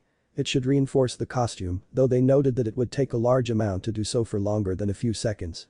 Yeah, I can feel it. Naruto said as he stooped channeling chakra to his costume. He was a little winded since he sustained it for a little over 30 seconds. He made note to work on controlling it for pinpoint hits rather than all-encompassing. He wouldn't want to run out of energy mid-fight. He did a few more stretches for flexibility before nodding in approval. They did some good work. Of course. Why do you think we've been going to them since the start of our careers? Tomoko asked as she did her own inspection, circling him while doing so. Any discomfort with the tails? No, they made the pants with a hole like always. Good. Tomoko said as she stilled in front of Naruto. She sniffed as tears started to drip from her eyes. I'm so proud of you. So very, very proud of the hero you'll become. Naruto merely smiled as he hugged Tomoko one last time, keeping the hug for several minutes as both mother and son wept joyously at the fact they had each other. Naruto, now in his sleepwear and lying in bed, felt several things as he started to drift off to sleep. Nervous, excited, happy and a little bit of fear were raging within him like his name. Letting out a sigh, Naruto rolled to his side as he looked at the pictures he had set up, his eyes once again drifting to the team pose. Looking at that picture, Naruto felt his nervousness and fear replaced with determination and happiness. He had gotten the family he had always wanted and now he was going to make his own mark on the world as one of the greatest heroes. Unbeknownst to him and one Izuku Midoriya, this would be the start of two heroes' journey. And one of a bond that would be of brothers. Morning UA entrance. Izuku was more than happy he had left a little early as he arrived on the school grounds. The place was massive after all, and he didn't really know his way around the school yet. While the green-haired and freckled boy was more than a little nervous, he had made excellent time as he passed the UA entrance. Only to run into a wall of orange fur as he turned the corner. For some reason Izuku felt like he had hit a fuzzy wall reinforced by bricks as he stumbled before being caught by said owner of tails. Sorry about that. The boy, a blonde spiked-haired teenager, held out his hand to help Izuku up. He also noticed the two burnt orange and black-tipped bunny ears on top of his head. Oh, no problem. Izuku said as he was abruptly lifted up, fast enough to stumble a few steps before regaining his balance. Sorry about running into you. It was more my fault anyway. 9 swing tails tend to run into people. The blonde responded while waving his hands lazily to the lazily swing tails. Izuku had immediately started to analyze them, making guesses as to what kind of quirk the teen had. Tails and other animal parts weren't an uncommon quirk trait, though 9 was pushing a little into the rare spectrum. Luckily he was brought out of his analyzing of the blonde-tailed teen waved his hands in front of him. After getting his attention the teen introduced himself. Oh. Name's Naruto Uzumaki Shiritoko. Izuku Midoriya, a pleasure to meet you. Izuku replied while they both started to walk again. Izuku wondered where he had heard that name before realizing it was a member of one of the more famous pro-hero teams to date. If you don't mind me asking, are you related to the pro-hero Ragdoll? Yep, that's my mom. Naruto cheerily replied as they entered the building. Both teens noted that the hallway was very similar to a road, complete with middle marking for traffic direction. Izuku figured the road likeness and size was for the larger students and heroes, like All Might. Izuku was brought out of his thoughts once again by Naruto. So what course are you in? Hero course, class 1. Izuku flinched when Naruto rounded on him and pointed to his face while walking backwards. Me too. Well, happy to meet you, fellow hero in training. Izuku chuckled before nodding in agreement. Both teens made idle conversation as they searched for their classroom. Izuku found that Naruto was like him in his goals to be a hero, mainly to be the best hero they could be. Eventually the conversation steered towards their quirks. Izuku was the first to ask about Naruto's quirk. It's called chakra. Basically I have a well of energy that allows me to do various things, like strengthen my limbs or use it for techniques called jutsu. The tails and ears are from an event when I got my quirk. What about you? Izuku shook himself wondering how similar chakra was to All for One, since both seemed to be internal sources of power that they could call on for power, though Izuku was pretty sure it didn't injure Naruto when he used his. Seeing his new friend's waiting gaze, Izuku went with the cover story he and All Might had come up with. I guess you could say it's similar to yours, only that I can strengthen my attacks. Though I don't have complete control yet. Izuku clenched his hand that had been basically destroyed during the entrance exam. Izuku was surprised when Naruto let out a contemplative hum in before speaking. I'm guessing the backlash is somewhat severe. Why yeah. Naruto shrugged before continuing after Izuku. I know the feeling. I can give you some tips later, though I don't know how effective they'll be. After all, quirks can react differently to the same training. Really? Izuku was more than a little shocked at the turn of events. He had just met Naruto, but already he was willing to train together with him and even help him since his quirk had similarities.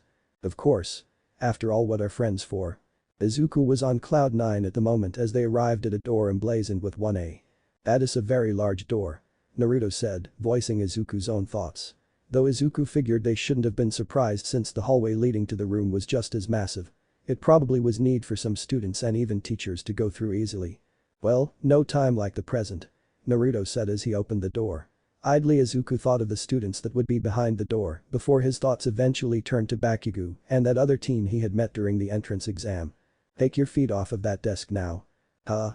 Well, at least my hopes were dashed quickly. Izuku thought as he followed next to Naruto, who was looking at the situation with something akin to amusement and planning. For some reason Izuku felt a chill go down his spine, though it was more for pity at what Naruto could possibly be planning. I just can't decide who to prank first. Naruto muttered, much to the worry of Izuku. Naruto seemed to come to a decision when Bakugo blew off the now introduced Tenya Ida. Izuku was rather used to Bakugo's thuggish ways so wasn't as affected by it. Naruto on the other hand seemed to be planning several things before Ida noticed them and turned to face them. Bakugo also noticed though narrowed his eyes once he spotted Izuku. It's him. The small sentence seemed to draw everyone's attention to the two new arrivals, though 18 sets of eyes glanced between the two. Naruto leaned towards Izuku and stage whispered, is he talking about you or me? Oh, forgive me. I am Tenya Ida. Stated Ida as he approached the two. Naruto leaned his head to the side as if contemplating the other teen's way of walking. Izuku nervously raised his hands as he responded. I know. My name is Izuku Midoriya. Naruto was just about to introduce himself before getting cut off by Ida. Midoriya, you realized there was more to the practical exam, didn't you? You must be very perceptive. I admit as a student you are far superior to me. Izuku could feel the questioning gaze from Naruto as Ida finally noticed the multi-tailed boy next to Midoriya. Ah, forgive me, I didn't get your name. Naruto was once again interrupted from introducing himself. A girl behind the trio spoke up. Naruto hung his head in a depressed state as the girl recognized him from his messed up hair. Something that Izuku had a feeling Naruto would remember. Oh wow, it's that nice girl who talked to me. Izuku thought with a blush. Idly he heard Naruto snickering next to him as he observed the situation while Ida was looking on. The longer he interacted with this girl the more embarrassed he got, much to his embarrassment. Man, what did you do during the practical exam, Midoriya? Naruto asked even as Izuku tried and failed to have a proper conversation. Luckily Ida was there to fill in the gaps. Midoriya was heroic in facing down a 0-point villain and saving the young woman in front of us. Ida explained. Naruto whistled as he grinned. Talk about a knight in shining armor, eh? That would be a proper analog. Oh. Forgive me, I never got your name. Name's Naru. If you're just here to make friends you can pack your stuff now. Came an older male voice. Naruto had a tick mark on his head as he turned, along with everyone else to face where the voice had come from. The man himself was in a yellow sleeping bag, much to the shock of the rest of the class. Naruto however could have sworn he had seen this man before. Oh right. Welcome to UA's Hero Cower. Think I? Naruto interrupted. A moment of silent shock reverberated from everyone as the man paused before slowly unzipping his sleeping bag before a cloth whipped out and grabbed Naruto. The suddenness of the action made it impossible for Naruto to react, especially when he was sent flying into his desk face first. The rest of the classroom slowly looked back to the man who was now standing with a glare that caused the three still standing in the doorway to quickly take their seats. Naruto grumbled as he took a proper seat as the man addressed the room. As I was saying, welcome to UA's hero course. The man stated before taking a drink of something as he looked at the entire room. It took 8 seconds for you all to shut up. That's not going to work. Time is precious. Rational students would understand that. As if he expected something from Naruto, the teacher lingered on him for a moment before continuing.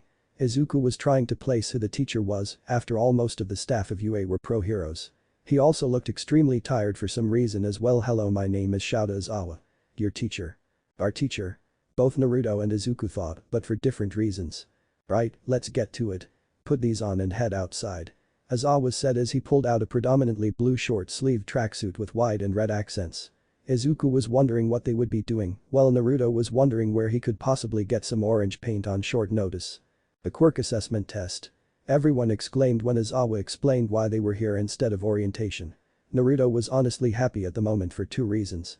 He was out of that stuffy school uniform and they would be doing something physical instead of sitting on their butts for who knows how long.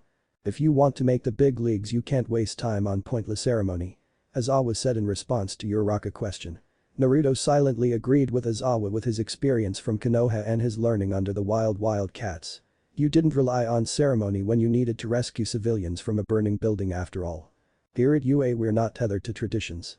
Aizawa turned to gaze at all of the students before him, as if judging their capabilities to learn the point he was trying to get across.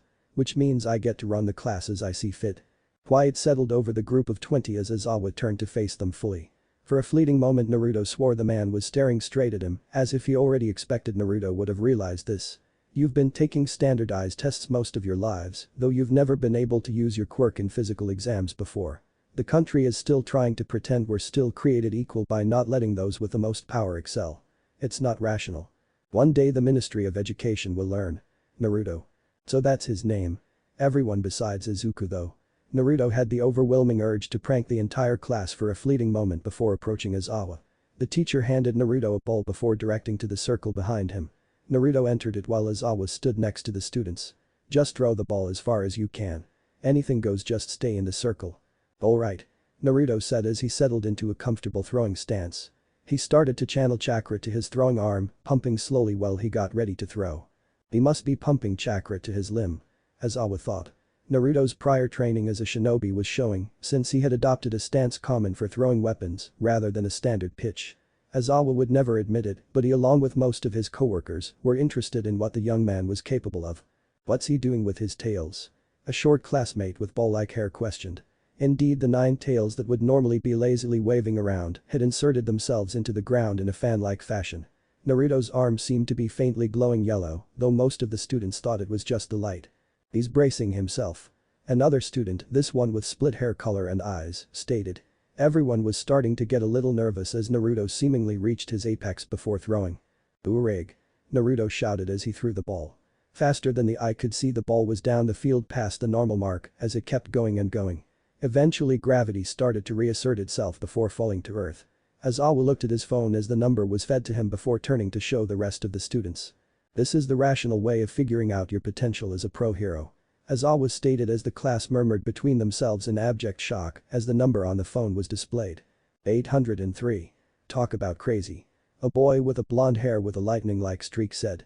The rest of the class seemed to grow more excited before Uraraka gasped as Naruto approached them. "Naruto, your arm." Aizawa and the rest of the class looked at Naruto as he approached the group with the arm he had used to throw, slightly smoking. Naruto was moving it around as if to make sure it wouldn't cramp later on. "Might have put a little too much in that," Naruto said as he stood with the rest of the group. Aizawa regarded him for a minute before addressing the class. "Today you'll compete in 8 different tests to gauge your potential." Everyone save Naruto flinched when Aizawa gave a predatory smirk as he continued. "Whoever's in last place will be expelled immediately." Everyone started murmuring at that little nugget of information. Izuku himself was panicking internally at the revelation. He could only use one for all once before breaking whatever part of his body he channeled the power through. The experience was still ingrained when he had managed to injure himself severely during the exam. He could use none or all of his quirk after all. "Like I said, I get to decide how this class runs. Understand?" Aizawa said as he lifted his hair so that the students could see his full face, complete with bloodshot eyes and a feral grin in place. Izuku felt his confidence plummet even more than before. Surprisingly, it was Uraraka that responded to the teacher's proclamation, though Naruto seemed to have been thinking of a few words of his own. "But that's not fair. It's the first day and we just got here. And you think natural disasters are fair?" was Aizawa's quick and somewhat tense response. The teens stopped their thoughts as they listened, though Aizawa once again noted that Naruto seemed to already know what he was going to say. "Or power-hungry villains, catastrophic accidents that wipe out entire cities. No. The world is full of unfairness. And it's a hero's job to fight against that," Naruto stated, getting everyone's attention. "What? I grew up with 4 pro heroes, I've heard this lecture before. Though they were more inspiring than you Aizawa-sensei." The teens swore that the pro hero that was to be their teacher hands twitched, no doubt restraining to use his scarf to enact a small vengeance on Naruto. The pro hero seemingly decided against it as he continued with his impromptu lecture. "UA will throw hardship after hardship at you for 3 years. You must go beyond, plus ultra." As if to taunt the teenagers in front of him, Aizawa raised a finger and motioned for them to show him what they could do. Everyone had varying level of excitement and determination. Expect a certain green-haired and freckled inheritor. Aizawa went over the test results for the class as his students were resting before the next one. As he expected with the class this year, each of them excelled in certain areas and were weaker in others. Ida Tenyu's speed wouldn't help him in tests that didn't rely on speed, for example. Each student had their weak and strong points, which was further proven when he went over the majority of results. What he was more focused on right now was the two polar opposites. Naruto Uzumaki Shiratoko and Izuku Midoriya. While Naruto wasn't the top of every test, he had placed in the top 5 for most of the tests. Even then he had placed right below when he wasn't. No doubt the tailed teenager was enhancing his body with chakra to achieve such results. Though it had drawbacks, as he noticed the teen was a little more tired after each test. He assumed that while the boy had power in spades, his control left something to be desired. Then there was Midoriya. Whereas Naruto was in the top, Midoriya was on the bottom. His results were above average for a normal person, but this test was to determine a quirk's potential, though Aizawa suspected that the young teen didn't have much control over his own quirk, more than likely, since he had just inherited it off of All Might. The teen would be useless for the rest of the tests if he used his quirk, which for Aizawa meant the boy would be useless as a hero. There was no point in wasting a spot on someone who would be out of the fight as soon as he attacked once, even more so when he had the potential to endanger civilians and fellow heroes. They had arrived at the 5th test. The ball throw. While not exactly surprised by Uraraka's infinity score, it did show that she had potential when it came to certain hero activities such as rescuing. His eyes narrowed when Midoriya stepped up to the circle, staring at the ball in his hands. No doubt he was deciding to use one for all, something he would stop before he completely ruined his arm again. Here it comes. Dang, I hope he can pull through. Naruto thought as he looked towards Izuku. He had noticed that his fellow teenager and classmate was at the bottom of the test results.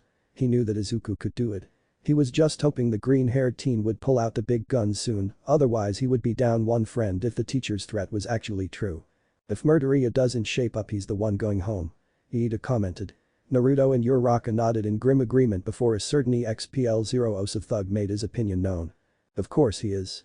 He's a quirkless loser. Bakugo exclaimed with a fierce frown on his face. Then how did he even get into UA team? Naruto responded while keeping watch on Izuku. What did you call me, you bastard? Besides his crass language, Iida interjected himself before the two teens could start arguing. Shiratoko is correct. He does have a quirk. Did you not hear about what he did in the entrance exam? That's the second time you've mentioned it. What exactly did he do? Naruto asked as his curiosity was spiked. He defeated one of those giant robots with one punch. Uraraka responded, imitating a great punch cutely. Naruto turned back to Iida expecting there to be more explanation. He just figured his fellow glasses-wearing classmate was like that. She means that Midoriya defeated a 0-point villain, which was several times larger than the standard villains in the test. While he received no points for the enemy, he more than made up for it with rescue points. What? How the hell did that quirkless bastard do that? Naruto could tell right away that he would not be getting along with Bakugo on a personal level. With his quirk Dumbus. Oh, he's throwing. Uraraka interrupted the two teens as they watched Izuku wind up.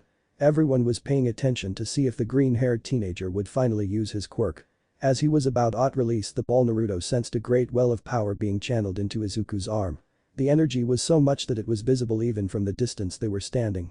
Before anyone could see, Izuku had released the ball, only getting a paltry 46 meters, as Izuku looked at his hand in shock before Aizawa addressed him. I erased your quirk. Naruto looked to see Aizawa's scar floating around him, same with his hair. It created an intimidating figure as he continued to address Izuku. Well, more like reprimanding. Naruto thought. The judges for this exam were not rational. Naruto winced as Izuku grew more frightened as Aizawa continued. Someone like you should never have been allowed to enroll in this school. What you said? Wait, I know you. You're the eraser hero Eraserhead. Izuku's statement caused the remainder of Wana to talk among themselves at the revelation that their teacher was one of the down-low pro heroes. While Naruto had met the man several years ago, he never forgot how the man moved like several of the shinobi that Naruto had watched growing up. While Naruto wanted to disagree with the teacher and pro hero, he was kinda correct.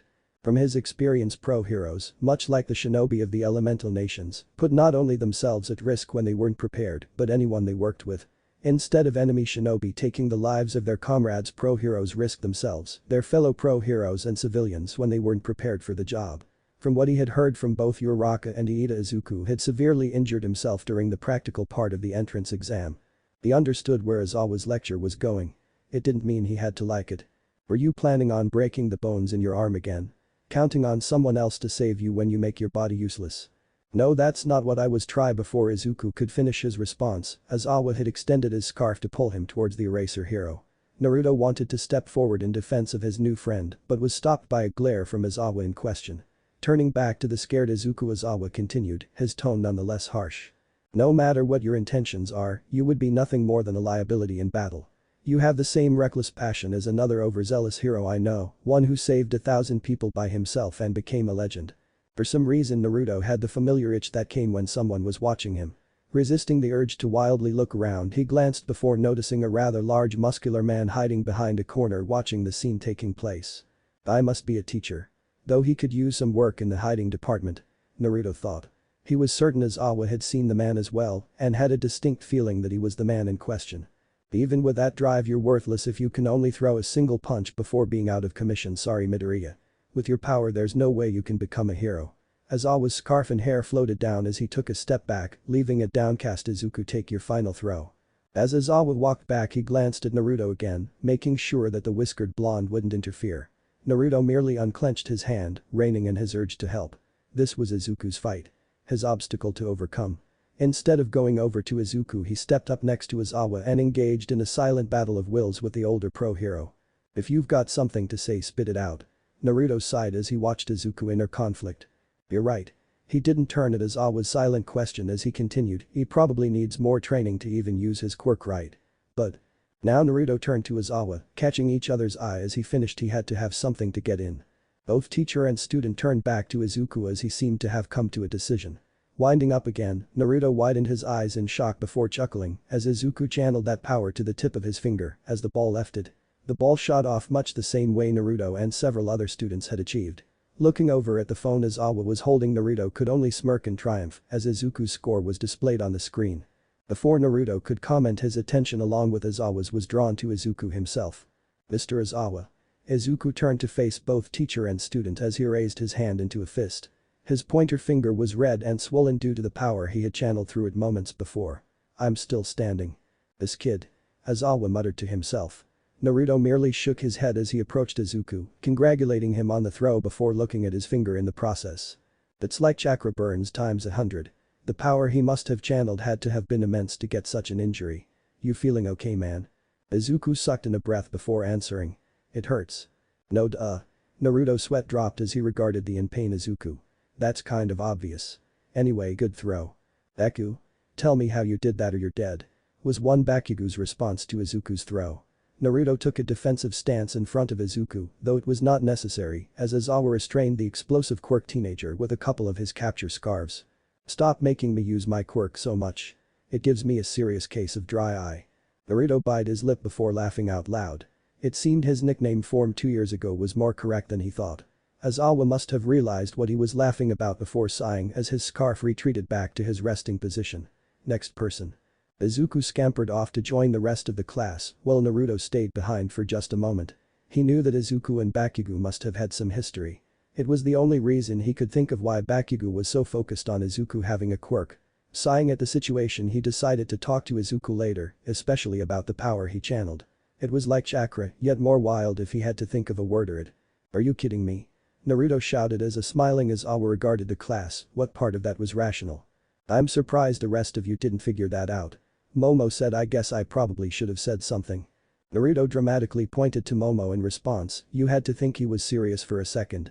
Regardless, that will be all for today. Pick up a syllabus from the classroom and be ready for tomorrow. Aizawa interrupted before walking off while handing Izuku a note.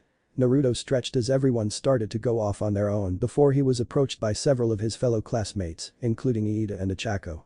It seems we all succeeded, though I do worry about Midoriya. Iida commented. I'm sure he'll be fine. So what are you guys doing for the rest of the day? Naruto asked. We were hoping to get to know everyone better. Oh, name's Ejiro Kirishima. The red-haired teen introduced himself as he shook Naruto's hand. Naruto Uzumaki Shiratoko. Nice to meet you all. So what's your quirk? A female what was apparently invisible asked. The only thing that he could see was the clothes that she was wearing at the moment. Toru Hagakure and my quirk's invisibility. It's called chakra. Naruto said as he started to walk towards the dorms. He waved as Iida and Ochako went off to visit Midoriya as he was followed by Kirishima, Toru, a pink girl and another girl that reminded him of frogs. IT allows me to do various things like enhance my body and this. Before the eyes of his fellow classmates Naruto made a shadow clone. They both high-fived each other before dispelling. Ribbit, that's cool. I'm Tsuyu Asui by the way, but you can call me Tsu.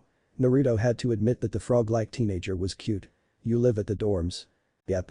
Mom lives too far out for an easy transit, so it was easier to just live at the dorms. Come on, I'll show you around. Oh, and you are? Naruto asked as he pointed to the last person who hadn't introduced themselves. Oh.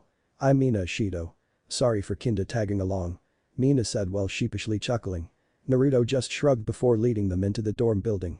As he was the only one of class 1 currently residing in them, the whole place felt a lot emptier than it should have. Is there no one else here? Mina asked as she took a seat at one of the various couches. At least he wasn't the only one who felt that way. Not at the moment. They usually have at least a classroom amount rooms per dorm, so you can call this 1A's home away from home. Naruto said as he got out supplies for tea. It was one of the few household skills that his mother made sure to instill in him. So what did you all think of those tests? Getting to use our quirk was awesome. Kirishima exclaimed while taking a seat. Though some had more advantages than others. Mina said as she helped Naruto prepare the tea. You, Momo, Shoto and Bakugo did place in the top after all.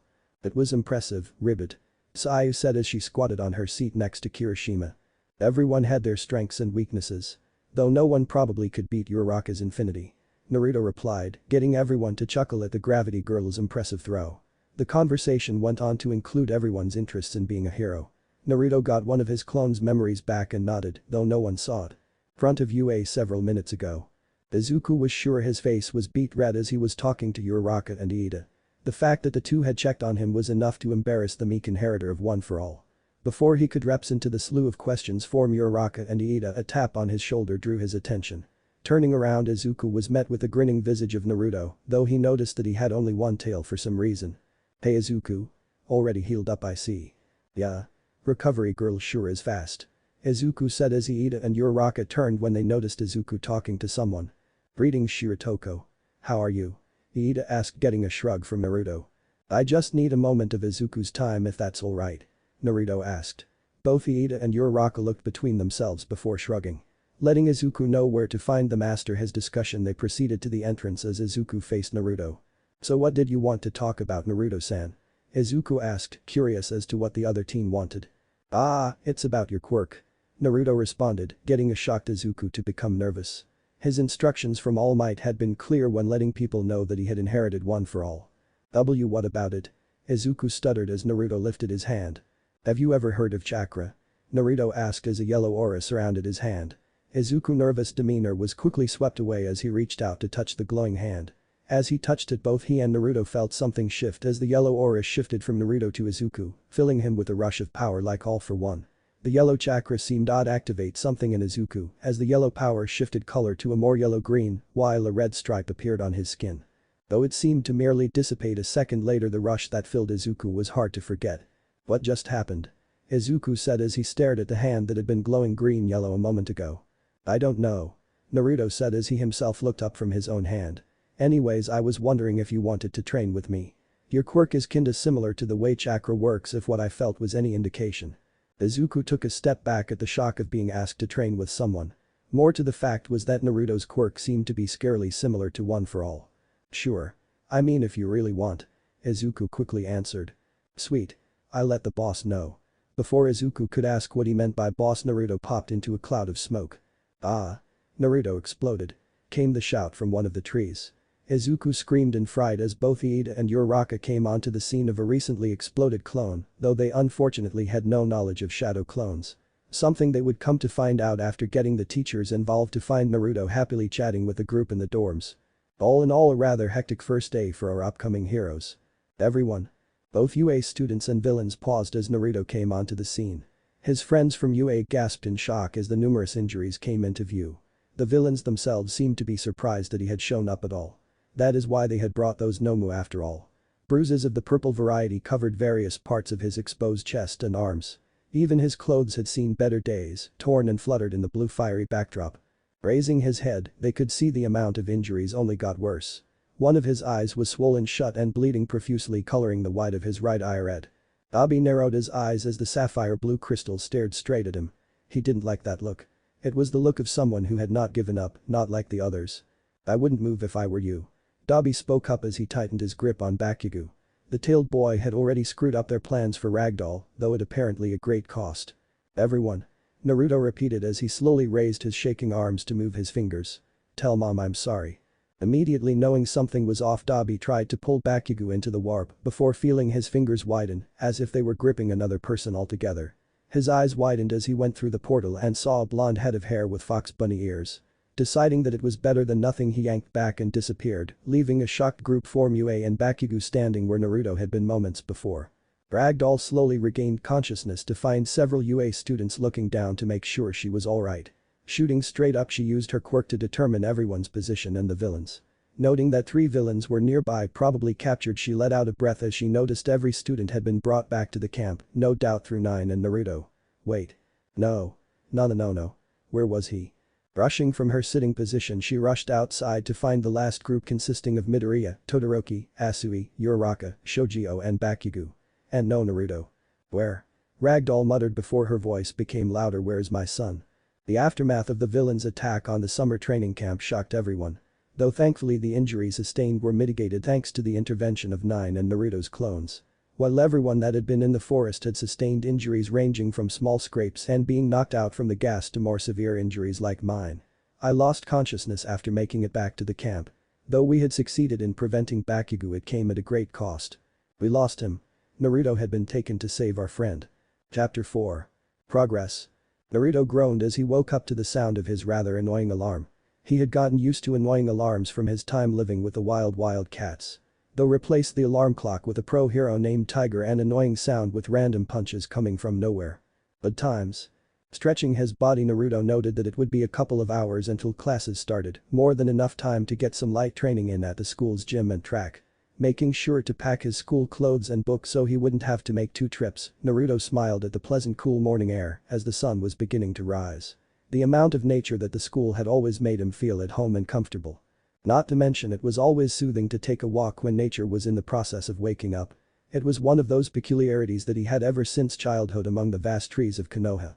Setting his gym bag in a free locker, Naruto made his way to the state-of-the-art gym that UA had. Since quirks came in all different shapes, sizes and strengths, the gym had many different weights and machines that were free accesses to all students.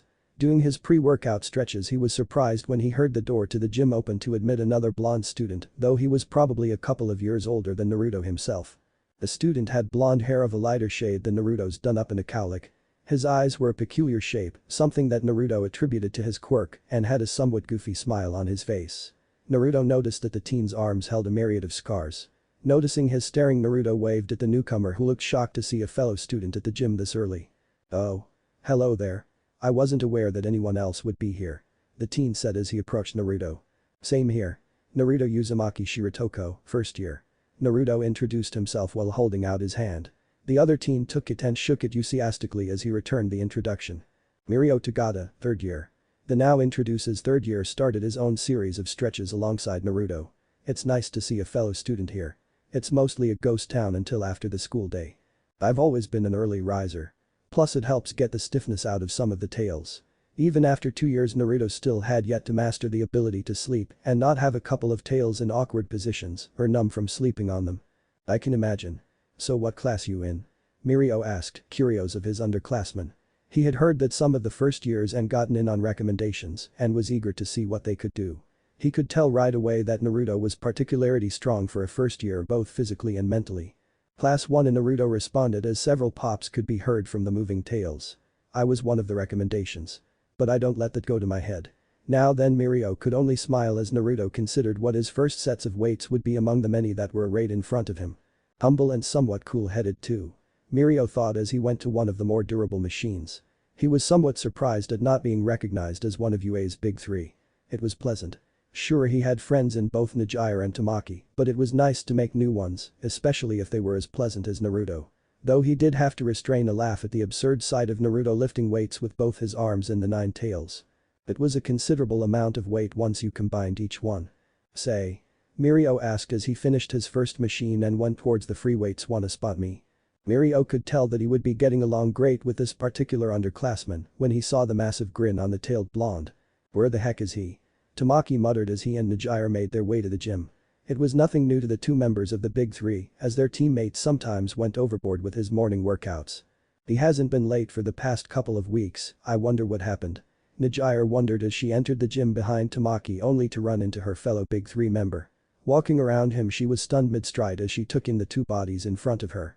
One was her classmate and fellow Big 3 member Mirio, laying face up and breathing heavily.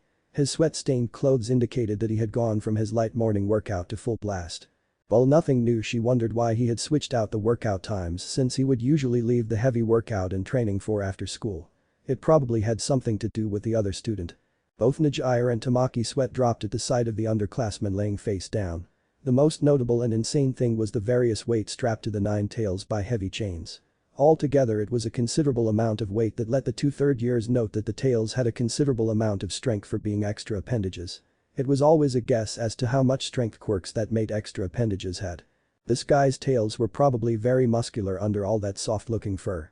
"Hey Tamaki, Najair. What brings you here?" Mirio asked, though he apparently couldn't move any of his limbs at the moment. "You were late. We agreed to meet up before class, remember?" Tamaki said as he approached Mirio while Najair checked on the other teen.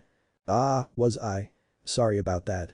Mirio turned his head to Naruto and had a wide smile on his face. "I lost track of time training with my new gym partner." "Seriously, Mirio? This guy looks like a first year. And were you the one who convinced him to put all the band weights and chains on his tails?"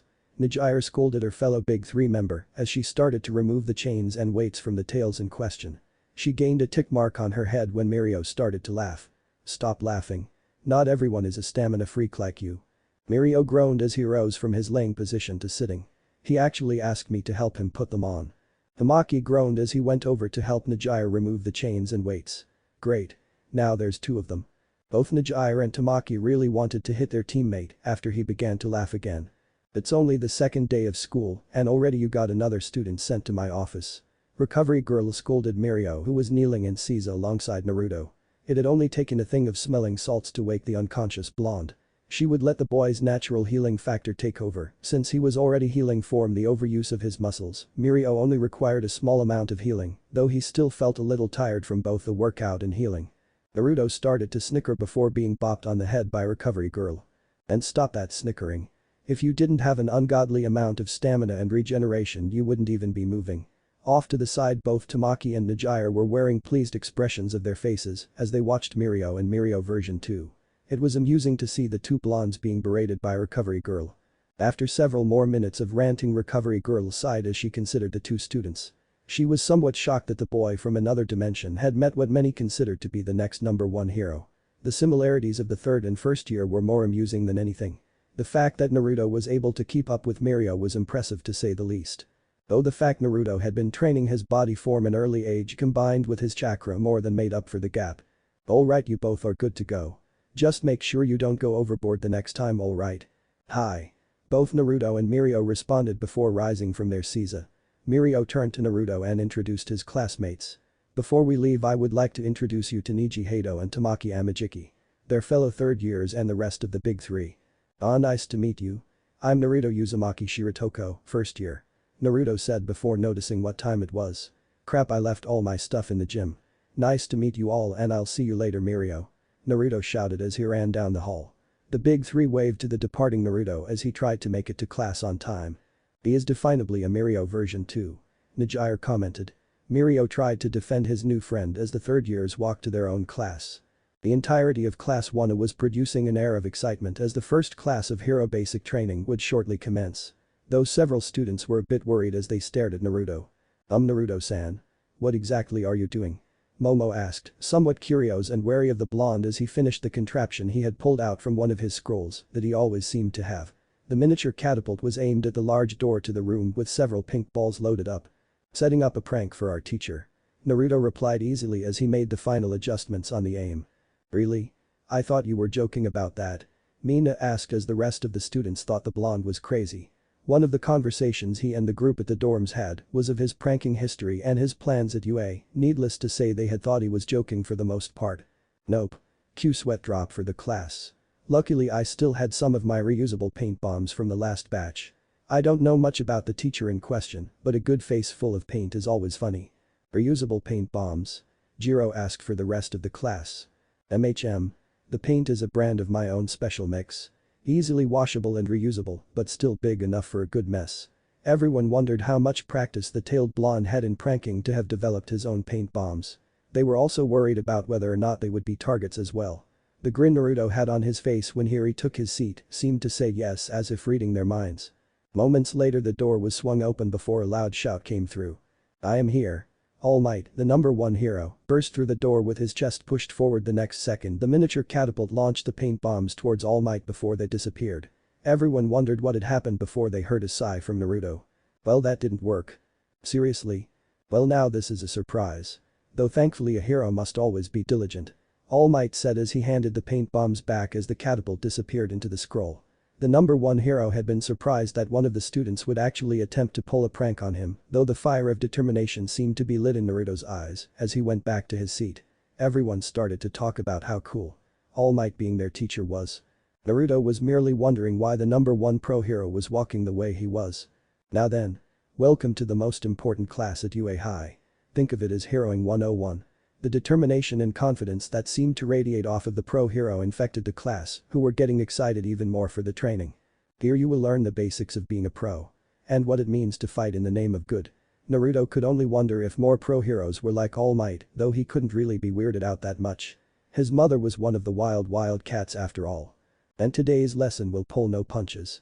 Turning from his heroic pose, All Might displayed a card that merely said battle on it. Naruto was instantly involved. He had been sporting for a good fight for several days, considering he hadn't found a good sparring partner yet, though Mirio and Izuku were definably on the table. Needless to say he was excited. And another aspect of being a hero is All Might dramatically paused as he pointed to the wall looking good. The wall came out with different labeled boxes inside, no doubt the costumes that everyone submitted upon their registration forms. Everyone had started to cheer as All Might himself left the room, making sure they knew to go to training ground beta. Yoshinori Yagi, better known to the world as the number one hero All Might, patiently waited for his students to arrive as he ran through several things on his mind. There was of course the matter of young Midoriya and One for All, but recently he had been made aware of another student that Principal Nezu had made sure he knew about. Naruto Uzumaki Shiratoko. He had been made aware that the tailed blonde who had tried to prank him was in fact a human from another dimension. He had been in disbelief but was quickly reinforced by both Aizawa and Recovery Girl that Naruto did not have a quirk. It was all natural abilities centered on energy he naturally produced. He understood why it had been decided to keep the boy's actual nature a secret. If it came to be known that normal criminals could access his quirk-like abilities just by training, it would be the makings of a disaster. He shuddered at the thought of criminals and villains having powers that no one understood running around. Thankfully he wouldn't have to worry about the information spreading beyond the upper echelons of the current hero society.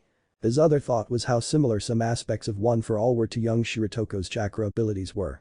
From the file he had been able to read chakra allowed him to strengthen his strength and speed to levels similar to quirks based off those attributes.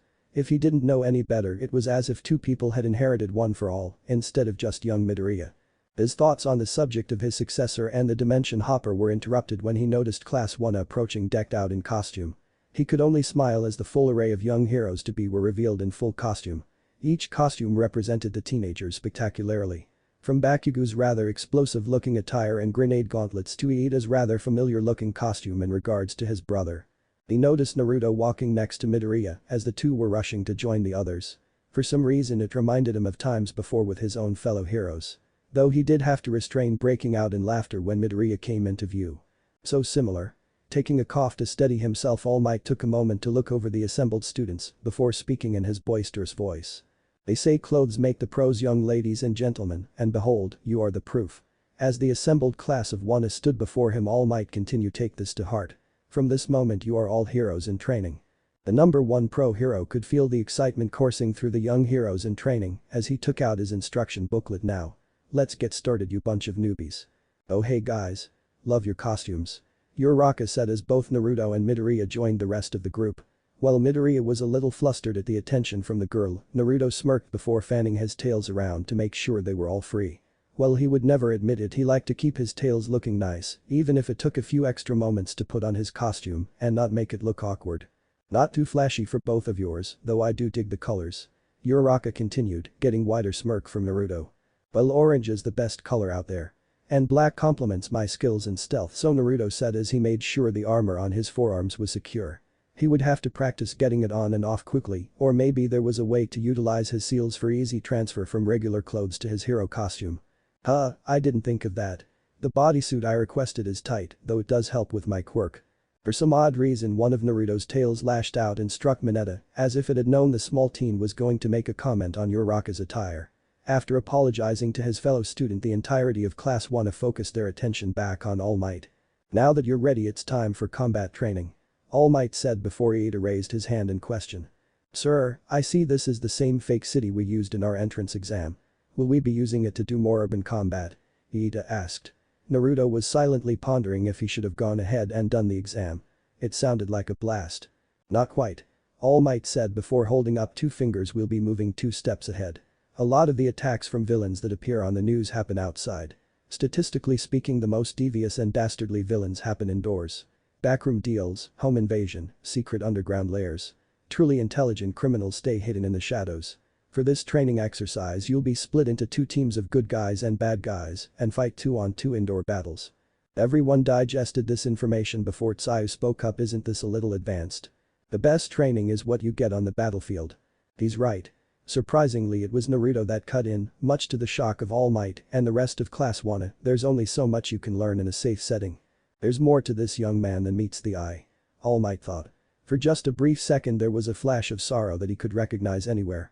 He had seen it several times over his career as a pro hero, though he would only get involved if needed to. "Correct. Though you won't just be punching a robot this time. You'll be dealing with actual people." Momo was the next student to speak up, followed by Bakugo, which led to several more people asking questions. Naruto chuckled at the exasperated look All Might had, though Midoriya chuckled nervously next to him. "I wasn't finished talking." Seemingly taking a breath, All Might pulled out a couple pieces of folded papers and began reading off of them. "Now then, the situation is this. The villains have taken a nuclear bomb and hidden it in their hideout for nefarious purposes. The heroes must try to foil their plans. To do that, the good guys either have to capture the villains or recover the weapon. Likewise, the villains win if they capture the heroes or defend the weapon from capture. Time limited, so we'll choose teams by drawing lots."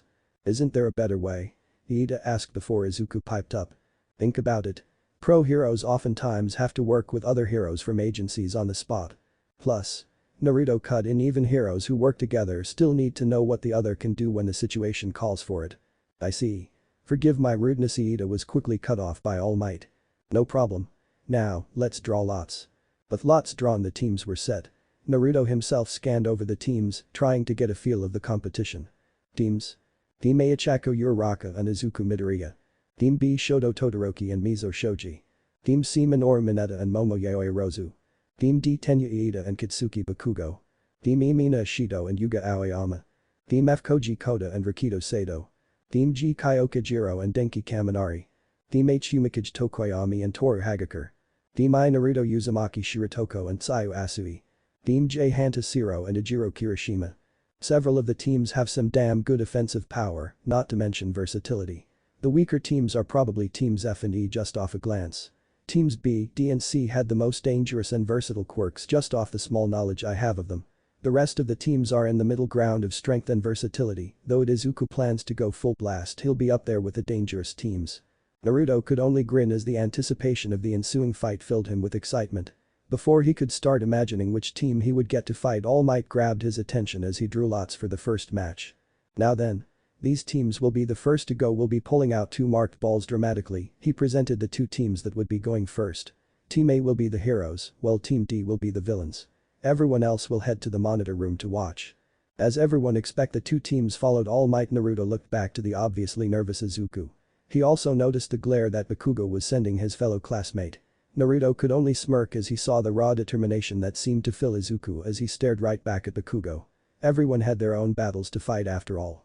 "So who you think will win, Naruto-chan?" Asui asked as she stood next to Naruto. The frog teenager was curious about Naruto as he seemed to have more experience in battle situations than many of her other classmates. She was somewhat grateful she had such a dependable partner for her first taste of actual combat. "Hard to say." Naruto responded as he created a chair for himself and Asui. It was one of the training he and Tiger had come up with when he was just lounging around. It helped to strengthen his tail's control and movement for peculiar angles if he ever had to use them for rescue. Asui looked at the tails, making her a seat for a moment before taking it. She was pleasantly surprised by the softness of the obviously muscular tails. Team D definably has the advantage in terms of offensive power and speed. Team A could counter that with proper tactics and use of Uraraka's quirks. Asui pondered his response before responding with another question: "What about Midoriya's quirk?" It seems to be pretty powerful. And it would make a difference. If he could use it without injuring himself. Plus I don't think putting either Bakugo or Iida in the hospital would look good. Or himself for that matter. Asui nodded in agreement. Having been witness to the injury to his finger from yesterday's physical tests, she figured it would probably be more of a last resort for Midoriya. But something tells me that Midoriya has more than a few tricks up his sleeves. Naruto said as the match started. The start of the match was slow for the most part. Both Midoriya and Uraraka slowly made their way through the various hallways carefully.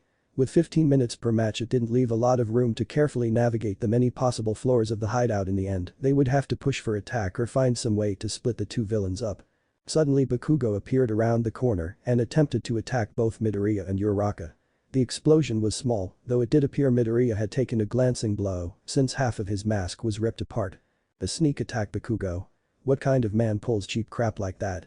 Kirishima questioned. Asui was merely wondering how Bakugo had gotten into the role of being a villain so quickly. Naruto on the other hand. They have some personal beef with each other. That's the only explanation as to the animosity present between them. Since his rather rough upbringing, Naruto had developed an almost intuitive sense for people's emotions through their body language and general personality. Regrettably he had more experience with the bad side of emotions rather than the good, though he was getting better since being adopted by Tomoko. It's a viable strategy. He's playing the part, acting like a true villain would. All Might responded to Kirishima's question. Wait, there he goes. Everyone's attention was riveted to the screen as Bakugo bull rushed Midoriya in an attempt to take him out of the fight and more than likely take out some frustrations. Though that rush was easily countered by Midoriya, resulting in a throw that effectively stunned the blonde teen. While he couldn't make out what they were saying, it was obvious Bakugo was just getting angrier from it. Meanwhile Midoriya seemed to have found the confidence to face Bakugo head-on as Uraraka went on ahead. Bakugo looks pretty angry. Asui commented, getting a nod of agreement from Naruto. The explosive teen seemed to radiate anger as the training continued. Yep. Oh All Might sensei. I was wondering if there would be a way to communicate with our team if we get split up. Naruto asked as he noticed Bakugo and Iida seemingly communicating through a device. Good catch. The villains were given an earpiece, a map of the building and some capture tape. Wrapping this around your opponent means you've apprehended them and they're out for the rest of the match. While the rest of the class discussed the various training they could get from this, Naruto noticed something off about their current teacher. It was not so much the teacher himself but his power quirk. It was eerily similar in feeling to Izuku's own. He just hoped All Might would not glow if he touched him. Taking his mind off the weird power that connected both All Might and Izuku, he already have several plans forming in his head for when they would be up. After all, who said training couldn't be fun? Turning his attention back to the fight at hand, Naruto saw that Midoriya seemingly predicted Bakugo's moves, even using the capture tape to lure out another attack as the green-haired teen dodged. The next moment had Izuku fleeing the fight, getting an irate Bakugo to follow him into the maze of corridors that made up the building. Several minutes passed before Bakugo seemingly snapped and started to shout, though the spectators of Class 1 and their teacher couldn't hear anything. Geez, that guy is really scary, Kaminari commented, getting nods of agreement from some of his classmates. Naruto merely thought that the angry teen was rather exploitable since Izuku was leading him around instead of helping his teammate. Izuku must have had a good hunch this would have happened and made his plans around that. The fact that Iida was just sitting there waiting for someone to show up was being pretty wasteful. You seem to have a good grasp of the fight. A voice that revealed itself to be Momoyaoi Rozu. Raising an eyebrow, he made another seat with a tail that the creation teen took graciously. So what would you do in this situation? Looking for help against the competition? Naruto asked teasingly. She shrugged in agreement before allowing him to continue. As for what I would do, Naruto took for several moments before answering, not noticing that most of the class and All Might had turned their attention to him. Tough Mineta and Kaminari were somewhat jealous that he had two cute babes sitting near him. I would have sent Iida to harass the heroes instead of Bakugo. He's faster and doesn't seem to share Bakugo's distraction towards Midoriya. On the hero's side, I probably would have gone with Midoriya's plan and faced Bakugo in a situation that allowed me to either trap or capture him. Finally noticing the stares he was receiving, he chuckled nervously. Was it something I said? He has almost pro-hero combat awareness and tactics. Something that you don't see in everyday first years. Though with his background, All Might thought as he turned his attention back towards the fight. It would be interesting to see what young Naruto would do when his turn came. Naruto sighed as everyone turned their attention back to the fight at hand. Though both Momo and Asui wondered how Naruto had such foresight when it came to battle situations like this. Before either of them could ask, they noticed Naruto's serious expression. He doing something big? Naruto said, getting everyone to look at Bakugo. The The blonde teen had shifted something on his gauntlets while taking a bracing stance. Naruto was only able to see it due to his enhanced precision as Bakugo gripped the pin before starting to pull. "No, young Bakugo, you'll kill him," All Might called out.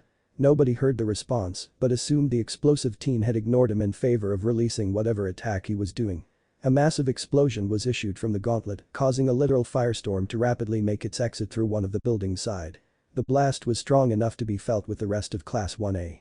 It only made it worse when All Might started to call out for Midoriya to respond. While the class was focused on the fight between Midoriya and Bakugo, Naruto looked up to see the video form where Iida and Uraraka were having their own fight. He had to worry when Iida began to act rather weirdly as he talked to Uraraka. He assumed it was Iida trying to be a villain for the exercise. At least he hoped so. "Bakugo, use that stored up power again and I'll stop this fight. Your team will lose," All Might announced over the speakers. To employ such a strong attacks indoors is inviting the destruction of the stronghold you should be protecting. That's a poor strategy, whether you're a hero or a villain. The penalty would be a massive loss of points. The new rule only seemed to infuriate Bakugo more, even as Midoriya kept communicating with Uraraka. With his next charge Bakugo switched things up. Instead of going straight for the frontal attack he used the first blast to blind Midoriya, then attack him. "You noticed it too," Todoroki said as he stood behind Naruto. He had been interested about the tailed teen since he was the apparent son of a hero much like he was. "What do you mean?" Shiro asked for the rest of the class. "What Todoroki means is that while he may appear pretty thuggish he actually is pretty smart." Indeed. Todoroki took over from Naruto. He used the first blast as both a smokescreen and way to change his trajectory. Clever. To achieve an attack like that he would need to have a fundamental understanding of physics and his quirk. Momo commented, getting a nod from Naruto as he continued. "It's not just that. He would have to have a very good sense of battle to pull that off right in the middle of a fight." Naruto ended. The rest of the class just looked at the three and had thoughts of how much smarter they were than them. Though that would be correct for two of the three at least. The tide of battle shifted as Bakugo pulled several more moves against Midoriya getting the upper hand. The strikes he took no doubt had hurt, but Naruto knew that Izuku was planning something. His suspicions were confirmed when Midoriya moved away to the other end of the room. Looking back up to the screen showing Uraraka and Iida, Naruto's eyes widened before he laughed. Before anyone could ask what he was laughing about, another shockwave seemingly came from the training building. The next moment it was all over. The heroes had won, but both were down or the count while the villains didn't have a scratch on them. Naruto noticed that most of Midoriya's arm was like his finger form yesterday and had no doubts that he was going about using his quirk incorrectly. He resolved to talk to the green-haired teen about it when he got the chance. All Might had already arrived with several nurse bots to escort him to the nurse's office. Appearing in front of Class 1, All Might had asked why Iida was the most valuable player in the match. After being ousted in lieu of Momo's explanation, the number 1 hero decided to continue by drawing lots for the next match. Now then. All Might pulled out 2 orbs and displayed them for the class. Naruto merely smiled ferociously as he made his way to the specified building followed by Asui. Match 2. Team B heroes and Team I villains. Did you see the grin on his face? It was a little scary. Sito said as everyone got comfortable to watch the match. They were all invested seeing 2 apparent powerhouses go against each other for the second match. "So who do you think will win, Momo?" Mina asked as it seemed the girl had a good grasp of the exercise. "It's hard to say. Without seeing their abilities firsthand it will be hard to determine who will emerge victorious." "Oh yeah, didn't both Naruto and Todoroki get in on recommendations? Must be pretty impressive to get those," Sato said, getting a nod of agreement from Momo. "Ah, just a quick question, All Might Sensei," Naruto asked over the earpieces, which were being put through the speakers of the room. "Yes, young Shiratoko. Can we hide the weapon though other means using our abilities?" "Of course. Villains will want to do everything in their power to keep valuable things, whether they be hostages or weapons." "Sweet." Wondering what the tailed blonde was up to, everyone looked to see a scroll spread out in front of the weapon before the weapon itself seemingly disappeared. Everyone stood in shock as Naruto rolled up a scroll and waved it around for them to see. "Well, it is within your abilities." All Might lamely responded, not really sure what to do in this situation. The class could only sweat drop as he pumped his fist in victory before turning to Asui to discuss their apparent strategy. "So what do you think?" Asui merely raised a finger to the chin as she considered the current plan of action. It made great use of her natural abilities and Naruto ruggedness. The fact that Naruto had basically made the weapon portable put the odds greatly in their favor. "I think it's good," Asui responded, getting a grin from Naruto. "I'll be counting on you then, partner." Naruto held out his hand for Asui, who shook it herself. Naruto just seemed to ooze charisma for some reason, though it might have something to do with his general demeanor and willingness to work with others. Half of the plan counted on her after all, and she wouldn't disappoint. It's time for the second match. Begin. Naruto and Asui prepared themselves for the match. Before Naruto started to head out he felt the cold before seeing it. Pulling Asui into a hug and wrapping his tails around him, the cold swept all around them. The heat that Naruto generated from both his chakra and the fur tails prevented any ice from trapping them in place, something that Todoroki was no doubt going for. "You okay, Tsu?" "A little chilly, but other than that I am fine." Unwrapping his tails, Naruto formed a clone that transformed into a simple long coat that he gave to Asui. Nodding in thanks, the frog girl was surprised when the coat itself seemed to be just as warm as Naruto was. "Okay, so that happened. I doubt Todoroki was going for anything more than trapping us, so we should go before they get here." "Ribbit." Asui responded as they made their way to the upper floors. "They're on the move," Shoji said as he listened to the receding footsteps of both Naruto and Asui. Todoroki's use of ice, while impressive, failed to stop both of their opponents. Shoji was tracking them as best he could through the multiple floors and hallways. "They wouldn't just abandon the weapon," Todoroki said as he walked in front of Shoji. "They must have it with them somehow. Or be able to transport it easily. If they have it with them I can't hear it. A thing of that size would make more noise than just 2 sets of footsteps," Shoji remarked as they proceeded up another set of stairs. "Which means we'll probably have to either capture them or take whatever is keeping the weapon with them." "Do you think it has anything to do with those scrolls Naruto was carrying?" Shoji asked as he noticed one set of footfalls stopping 2 floors above them. "More than likely. Can you determine where they are?" Todoroki asked. He was a little irritated that his surprise attack hadn't worked, but knew that catching Naruto off guard would have a 50-50 chance of succeeding. The fact that they would have to search or capture them only added to the difficulty. "One stop 2 floors above us, probably Naruto. The lighter footsteps are continuing to the upper floors. So they split up with Naruto meant to stall us." Shoji. The multi-armed teen looked towards Todoroki and shivered at the intense look he had on his face. They were quickly approaching Naruto's location, if the incessant tapping of his foot was any indication. "If I can give you an opening, can you secure it, Sayu?" "Yes." Shoji replied after a moment. "Then get ready," Todoroki said as both he and Shoji stormed the room. Ice and cool air still surrounded them, but was offset by the intense heat that Naruto was seemingly putting out, making the room they arrived in rather humid despite the ice still trying to gain a foothold. "So you finally made it. Nice try with that ice, by the way," Naruto said as several clones appeared from the surrounding pillars. Both Todoroki and Shoji got into defensive positions, wondering how dangerous the clones would be, but also noticing that they each had 1 tail, including the one they assumed to be the real one. Altogether making 8 enemies they would need to get past. Shoji now. As soon as the multiple Naruto had started to charge, Shoji ran forward, his advance supported by Todoroki ice quirk by making a walled path. Todoroki also noticed that the clones of Naruto disappeared after being encased within the ring of ice, leaving 2 Narutos that had escaped the initial blast of ice.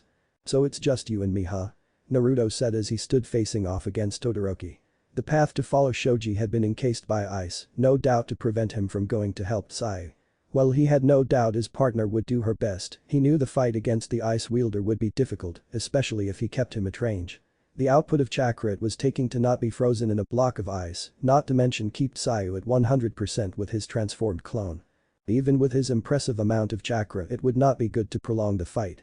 Making another clone that kneeled down and cupped his hands, Naruto placed his foot before pushing with all his might towards Todoroki. The ice wielder quickly raised a wall of ice in front of him, only to be shocked as another clone grabbed Naruto and threw him through the gap between the ice and the ceiling. Todoroki decided to dodge rather than create more ice until he could heat up the frozen parts of his body. Landing on his feet, Naruto took a defensive stance as he wondered why Todoroki hadn't made any more ice, only to notice the visible ice covering parts of his body. Why did Todoroki dodge? Surely he could have caught Naruto midair with some ice. Kirishima asked. It might be because Naruto has the upper hand in close combat. Todoroki seems to be more accustomed to ranged battles than close quarters. Momo answered for everyone. Not quite. All Might interjected. While that might be a factor, you must always remember that quirks are like muscles. You must always be mindful of your limits lest you stress those muscles to the breaking point. So all that ice Todoroki is using is actually harmful? Mineta questioned. It probably didn't help he froze the whole building at the start. Sato answered. Everyone thought of their own quirk and its limits. For most of them they had never gone beyond the limit of their quirks till now, though they were quickly realizing that the school motto would be truer than ever. Young Todoroki could have probably finished the battle with his first attack. All Might thought as he continued to take notes on the current fights between the two teams. It was Naruto's honed instincts that allowed him to save not only himself but his teammates from instant capture. In the same aspect, Todoroki realized that one of them would have to stay behind to take on Naruto and find Tsuyu. These kids. Tsuyu had made it to the top of the building in record time. She was somewhat grateful that the ice was not as thick since it was further from the point of first contact. It would definably make her part of the fight easier since she could discard the cloak that Naruto's clone had transformed into. Considering it poofed from existence a moment later meant that the Naruto's fight with either Todoroki or Shoji was probably getting intense. Making sure the scroll containing their weapon was secure, she went about hiding in the room. Various pillars and construction supplies littered the area, giving her ample opportunity for hiding. Her quirk would allow her to avoid the ground, though it would be for nothing if the ice countered her natural climbing ability. Footsteps started to echo in from the hallway leading to her current location. Taking a hiding spot behind a stack of wood planks, Tsuyu didn't have to wait long before Shoji arrived, with several eyes and ears on the lookout for her. It was her time to do her part while Naruto kept Todoroki distracted. "I know you're there," Shoji shouted through a formed mouth on one of his appendages. It would be easier to surrender now. Tsuyu didn't respond, knowing that Shoji would be able to locate her. The dual sets of ears and eyes only led credence to her thoughts as they searched for her. Taking her capture tape out, she readied her own ambush as Shoji slowly walked into the room, ever vigilant of the ambush he was no doubt expecting. Letting him pass, she inched around and made sure Shoji had his back completely to her. She grabbed and quickly threw Naruto's roll of capture tape to the other side of the room. Taking the distraction of her opponent, Tsuyu leapt from her hiding place to the only entrance of the room, only to stop as it had been barricaded with various construction materials. "Got you?" Shoji shouted as all six of his arm attempted to capture Tsuyu by wrapping her up. Thankfully, the frog girl managed to slip though before being entrapped and stuck to the ceiling. Making another jump, she put distance between her and Shoji as she took stock of the situation. She only had a few seconds before her losing her grip on the icy surface, so she would have to time her jumps to correspond with that. "Sorry Shoji, but we are going to win," Tsuyu shouted as she dodged another swipe of the multi-armed quirk user. Using her tongue to get further distance away from her opponent, she winced as the ice hit her tongue. She was lucky that it hadn't stuck to the concrete, as it would have been pretty embarrassing. "I need to do something other than try to capture her," Shoji thought. She was faster than him at the moment and her reflexes were on point for the most part. He had taken the initiative away by preventing her from escaping and boxing her in with him, but couldn't capitalize on it. He figured he only had a few minutes to form a plan and act on it before time ran out. "It's almost the exact opposite from Naruto and Todoroki's fight," Mina commented. The cat and mouse game was vastly different from the aforementioned fight. Whereas Naruto and Todoroki has exchanged blows several more times, no progress had been made for either side in that fight. Indeed. It's almost as if Naruto was expecting to stall at least one if not both of his opponents, while Tsuyu made off with the weapon. Iida said, quietly observing the fights as they happened. "It seems an even match between Todoroki and Naruto, while Tsuyu has the definite advantage against Shoji." "Wait, what's happening with Naruto and Todoroki?" Both Naruto and Todoroki were panting heavily. Naruto was sweating up a storm near the end of his rope with all the chakra he had used to avoid Todoroki's ice through liberal use of clones and substitution. Todoroki was in a similar state with all the ice he had been forced to use without any time to thaw himself out. The ice flame teen wondered what was going through Naruto's mind as the blonde teen started to chuckle. I'm guessing you're near your limit." Todoroki panted before responding, "So are you, I wager." "Heh. Yeah." Naruto stood straight as his tails moved to surround his arm. "So how about one last attack?" Instead of responding to his opponent's question, Todoroki stood his ground as Naruto started to charge. The 9 tails had tightly wrapped around his cocked fist as he gained speed. Todoroki waited as Naruto started to throw his punch before forming as much ice as possible before he would freeze himself. 9-tailed straight. The tail-encased fist met Todoroki's ice defense head-on in a show of force. Using what little chakra he had left, Naruto attempted to provide just enough heat to the fist to shatter the ice. As cracks started to form, he pushed forward, breaking the ice, only to be met with Todoroki charging towards him with capture tape at the ready. With the last of his chakra being used in his last attack, the only thing Naruto could do was pull his special-made wire out in retaliation to his opponent's capture tape. The two met once again, not in a show of their individual powers, but a simple test of capturing skills. Unfortunately for Todoroki, Naruto had years of using ninja wire for pranks and various escapes from shinobi. Sacrificing his hand to capture Naruto used the last of his strength to tighten the ring of special-made wire to capture Todoroki. "It's up to you now, Tsuyu," thought Naruto as he collapsed next to Todoroki. While the blonde didn't lose consciousness, he was sore all over, especially where his arm had been reinforced by his tails for that last attack. He was more than happy that his natural body temperature was higher than most others, as the surrounding ice was a little irritating at the moment. Todoroki, on the other hand, was trying his best to thaw the ice that had accumulated on his person, since he didn't want to get frostbite from his own abilities. One of the drawbacks of using his ice without stopping, something he would have to work on if he didn't want to rely on his damn father's quirk. He was surprised when Naruto rolled over to face him before sitting up, though the entrapped teen did notice that he moved slowly, as if not to aggravate his muscles. "So, how are you?" Todoroki merely sighed as the blonde waited for his answer. "That's kind of scary, Shoji," Sayu stated as she dodged another thrown plank. Shoji had turned to using the environment against her. Anything that he could lift and throw was being used to force the frog girl into the corners of the room. Shoji's hope was that it would give him the opportunity to capture his opponent before the time ran out. He figured that after the last wave of cold hit them that Todoroki and Naruto had finished their own fight. Which meant that Naruto was possibly on his way to help Sayu or Todoroki with capturing her. Though I don't think that there will be enough time even if Todoroki gets here. Shoji thought as he rushed to capture Sayu again. Both Sayu and he were slowing down considerable since the start of their fight as they were reaching the end of their stamina. He would only be able to throw another heavy object once before his arms would be too sore for anything else. Here goes nothing. Shoji rushed forward with some more wooden crates as Sayu prepared to dodge again. She was shocked when instead of throwing them at her to like he had been doing, the multi-armed quirk user held onto them as she rushed forwards. She couldn't dodge right away since he would probably nail her with one of the boxes. Too late, and Shoji would probably grab her and capture her. Without knowing if Naruto had been captured or not, it could mean their loss. She would have to time this just right in order to not be captured. The seconds ticked by as both Sayu and Shoji prepared for their final game of cat and moo. Time. The villains win. The four opt teens lost their focus when the loud and boisterous voice of All Might came over the speakers throughout the building. Not being able to stop him momentum, Shoji ran headfirst into Sayu, who herself was unable to escape the collision of flesh and wood. Both teens groaned as they shoved off the now broken crates before helping shrugging with the results. "Excellent work from everyone," All Might said as the two teams arrived from their training building. He could tell that the four teens were more than a little exhausted but no worse for wear. He was probably getting a stern lecture from Recovery Girl in regards to young Midoriya. No need towed more fuel to the fire by sending more to the nurse's office on their first day. "Now then, let's review your performance." All Might turned around to face the class as he started his impromptu lecture. "For the first part, can anyone tell me why Shiratoko decided to stall the heroes and let his partner escape?" Because he could." Kaminari suggested. The deadpan looks he received from several of his classmates caused the lightning teen to lower his head in depression. "Because Naruto-san had more combat experience." Kyoka answered. He probably expected to stall both heroes while Sayu kept the weapon. "Excellent answer. When you face off against other quirk users, you must always be mindful of both strengths and weaknesses of you fellow heroes." Shiratoko already had defenses against Todoroki's ice attacks and could have harassed Shoji had he been given the chance. "That's why Todoroki made a path for Shoji," Mineta commented. It was surprising to hear Todoroki speak up next. "Indeed. I knew Naruto would try to prevent us from going after his partner. I figured my quirk would be the best to prevent him from following after Shoji," Todoroki said as he watched the fight between himself and Naruto. He was berating himself for using that much ice consecutively without thawing himself out.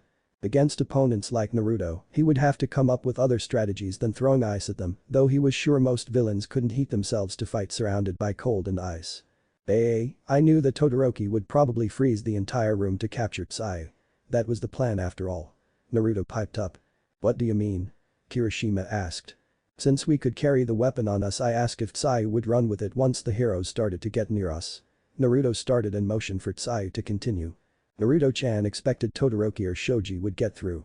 He set up various explosive notes on the floors in case Todoroki got through so I could escape. If Shoji got through, he would only use them in case Todoroki was about to capture or incapacitate him. Sayu said as she stood next to Naruto. Another great point. Both teams had trust in their partner to fulfill their parts of the exercise. When in a situation such as this, it's important to trust the other heroes you might have to work with. The difference between a success and a failure can come down to how much trust you have in each other as heroes. Now on to the next match. The rest of the matches went by quickly for Naruto as he settled into his seat on the floor. Tugging at the collar of his uniform, he wondered how Izuku was doing. The injuries from both his quirk and Bakugo did look pretty bad after all. Ashinori sheepishly rubbed the back of his head after Recovery Girl had finished her rant. He knew it was well deserved, though he hoped it had served its purpose for the young inheritor. "Now do you have the video of Naruto's match?" Recovery Girl asked. "Oh. Yeah, it's right here," Toshinori said as he handed the older nurse the thumb drive with said student's fight. "I gotta say his power is scarily similar to One for All. It's a whole new field unfortunately. From what he was able to tell us, the people of his world use chakra like we do quirks. Scary to imagine what villains would do if they could learn this," Recovery Girl said as she watched the video herself. She wasn't all that surprised when Naruto managed to keep up with Endeavor's son in a fight and showed that for all his aloofness, he had a tactical mind for fighting. She had no doubt he would make a great hero in the future. Naruto let out a satisfied sigh as he finished cleaning the dishes from dinner. While breakfast and lunch were provided by the school, dinner was usually left up to the students in the dorms. While he would always have room for ramen, he had gotten to like cooking other things. He had left classes as soon as they were done while everyone waited for Izuku to arrive. He was going to catch him before he left campus, so there wasn't any hurry. Making sure everything was clean, he headed out to the entrance only to stop as he heard Bakugo shouting. Hiding behind one of the trees adorning the walkway, he listened in as the explosive teen continued to rant, though he seemed to be nearing the end of it. "Prop. I even agreed with what that girl said. My attack was so stupid. Damn it. Damn it. Damn it. Enjoy that win, Deku. You won't get another, I'm just getting started." Naruto started to hear footsteps walking away, which he assumed were Bakugo if the receding voice was any indication. "You'll never beat me again, you bastard. Don't even try." The moment between potential rivals was somewhat ruined by the appearance and voice of the number one hero. "There you are. Bakugo. I found you." Naruto could only wonder why the number one hero was just weird some moments. Considering the short time he had met him, it was saying something. "Just so you know, pride is an important attribute to have, but while you certainly have the abilities to become a pro hero, there's still plenty you have to. Let go of me, All Might. Right now." Both Naruto and Izuku were wondering what was going on, though they had clearly heard the pro hero start to give a speech before Bakugo interrupted him. Naruto could only wonder if All Might was suited to be a teacher.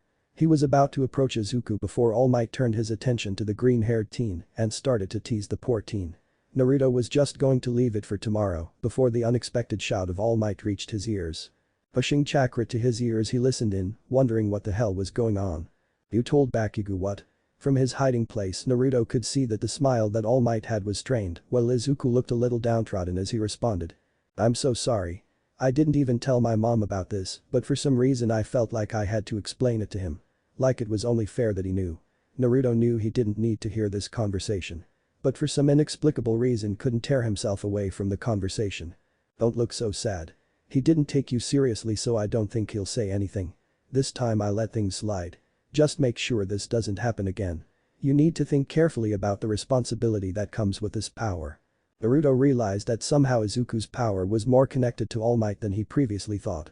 Knowing that he would possibly create more problems if he revealed himself now.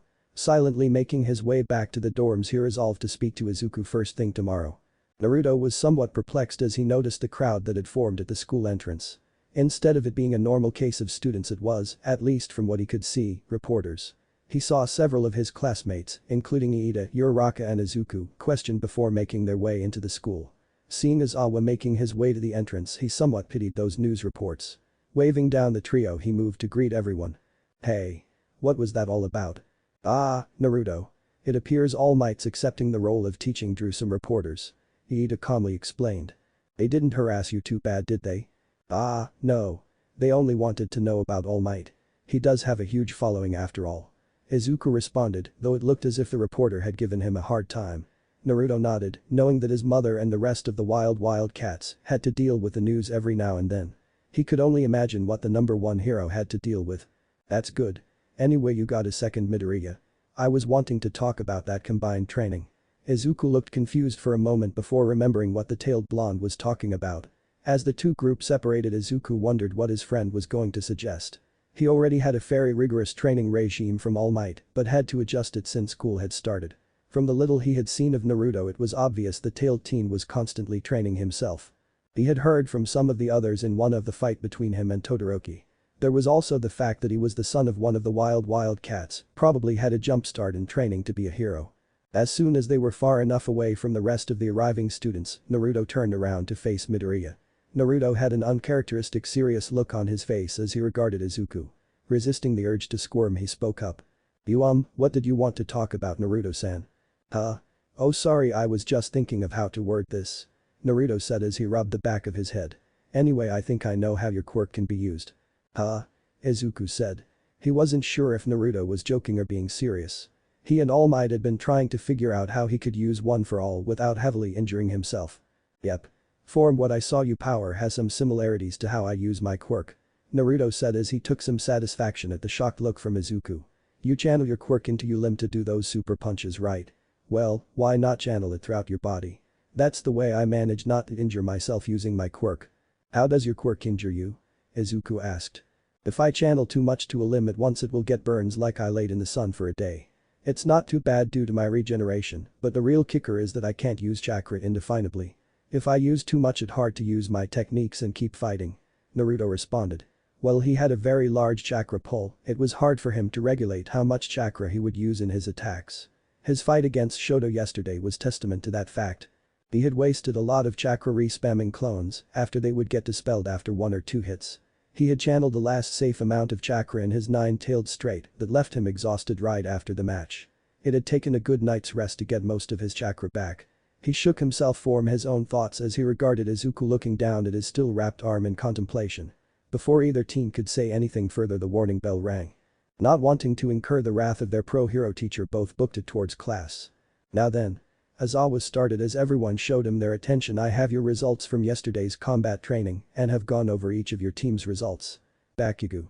The explosive teen perked up with what seemed like a permanent scowl on his face. You talented, so don't sulk like a child about your loss, okay? Bakugo took a moment to respond.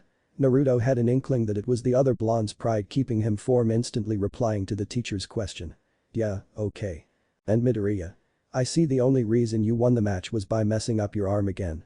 Work harder and don't give me the excuse that you don't have. Aizawa looked up from his notes only to see Izuku staring at his hands with an intense look of concentration. Noticing the irate gaze of his teacher after a moment of silence, he gave Aizawa his full attention as he finished his lecture/scolding control. That line's already getting old.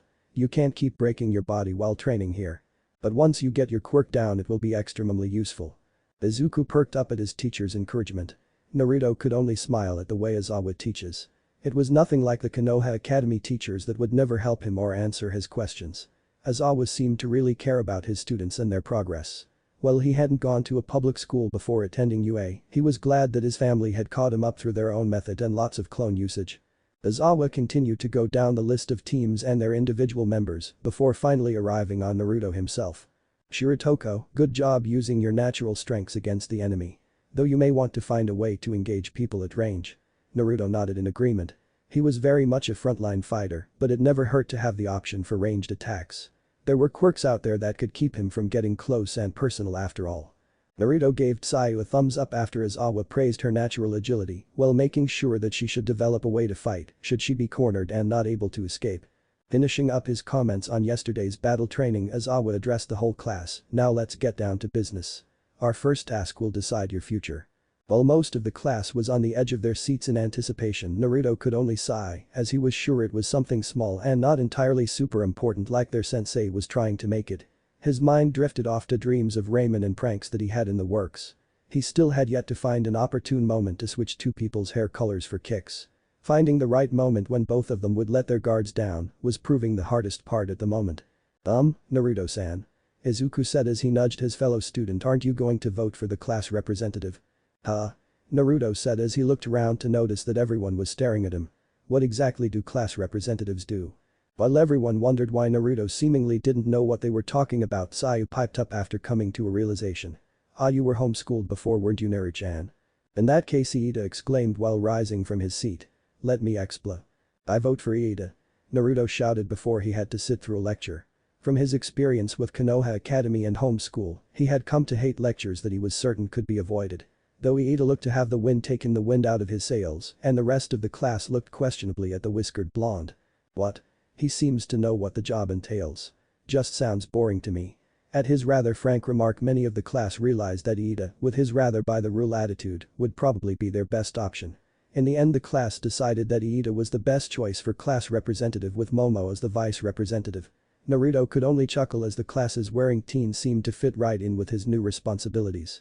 Something on your mind, Midoriya? Iida asked. He had noticed that his fellow hero in training had been in deep thought since they had sat down to lunch. Though he had only interacted with Midoriya for a couple days, he knew something must have been bugging him. "Yeah, Deku, you haven't even touched your rice," Uraraka stated as she continued to eat. "Oh, sorry, I was just thinking about something Naruto said to me," Izuku responded as he finally started to eat. It was delicious, though the pro hero in charge of food, Lunch Rush, was one of the best chefs in the hero industry and out of it. "I take it you mean the conversation this morning?" At Izuku's agreeing nod he continued, "So what did you discuss?" Swallowing the bite of food, Izuku decided it couldn't hurt to tell them the basics. Apparently our quirks are the same on a basic level, though his seems to have lesser drawbacks with less power. He told me the Wadi accomplishes it to channel his power through his body, not just one limb. "I see." Iida leaned back while holding his chin and thought. "It does make sense now that I think about it." From his fight with Shoto Todoroki, it was clear that he was using his quirk almost constantly to prevent the ice form affecting him too much. Uraraka decided to interject, remembering certain parts of the training exercise from yesterday. "Oh yeah. Remember that last attack and the glow that encompassed his arm and tails? That must have been the energy he was talking about. Well, I have the idea of how to do it, I still need to practice." Speaking of Naruto, have any of you seen him? Izuku asked his two friends. Naruto was enjoying one of his favorite pastimes after having some excellent ramen from the cafeteria. Sitting on one of the bigger branches in the various trees that dotted the path near the entrance of UA. He let out a relaxed sigh as he listened to the rather subdued surroundings of nature. Being around nature, especially trees, reminded him of times when he would escape into the teas of Konoha. While not necessarily happy memories all the time, he drew upon this time in the Wildcat's personal forest as well, creating a sort of balance between the good and the bad. Letting out a yawn, the tailed blonde rolled over till he was facing the still closed gates of UA. He had to give the news people credit in sticking it out and waiting to speak with all might. In a way, they reminded him of the gates of Konoha and how they protected the students inside from forces outside. Though he was certain Konoha never had to deal with annoying reporters. He was about to close his eyes again before he noticed something happening to the gate itself. From the distance he was at, it seemed as if the gate itself was disintegrating. And not slowly either. In just a few seconds the large metal gate was now a pile of metal scraps, which the rabid reporters took to mean they could come in as well. Quickly jumping higher so he wouldn't be accosted by the mob, he breathed a sigh of relief as they rushed past and left him with alone. Turning back to the gate, he was surprised to see that two people had remained behind. From the looks of them, he surmised that they were not there for anything good. The first one he noticed was what he assumed to be a man with some kind of smoke quirk if looks were to go by. Black that bled into purple mist was the most notable trait, with two yellow eyes that stretched upwards, forming what Naruto assumed was the head. A metal collar led to a rather nice suit as he stood next to another man. Naruto instantly could tell this man was trouble. Call it an innate sense from his days discerning villagers' intentions, he could tell that he was wrong, he would say twisted. A simple black pants and V-neck long-sleeved shirt. Light blue hair was the only other distinguishing feature, though Naruto swore he could see wrinkles command dried skin. Flowing chakra to his ears, he listened in on the conversation. "People go crazy for the number one hero, pathetic," the blue-haired man said. Naruto could feel the venom. "Remember what we are here for tomorrow," the smoke guy said. At least Naruto had a name to go with the man. The next moment the two disappeared in a swirl of black and purple mist. "What the hell?" Naruto whispered before realizing that these two suspicious were loose on campus. He needed to find a teacher. Humping the safest amount of chakra he could, he rushed into the building before almost running into the R-rated hero Midnight. While Naruto was a healthy teen, hormones and all, he had other priorities. "Midnight-sensei. Oh, I'm glad I found you." Naruto examined as the teacher regarded him with a critical eye. From what she had seen of the combat training, he definably had the spark that great heroes needed. The fact that he was courteous to not stare like some students just gave him more points in her book. Though she was worried of the rather panicked look he had. What seems to be the truth before she could finish, the alarm sounded. "Warning. Level 3 security breach." Naruto winced as the rather loud alarm rang out. "Seems that we'll have to cut this short."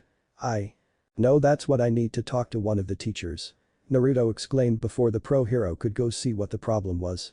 He quickly explained he had been relaxing in one of the trees near the entrance when someone had disintegrated it. He continued to explain the mob of reporters and the two suspicious men until they disappeared. She could not match the description he had given her to any known villains, but they could only be villains with a bold move against UA. But the amount of pro heroes that worked here. The alarm was probably in response to the mob of reporters that are looking for All Might. Those two others Naruto saw must be the reason they could get in. And with the alarm going off. "Shiratoko, come with me. I'll need your clones to spread out and find any teachers and tell them what you told me." Midnight said.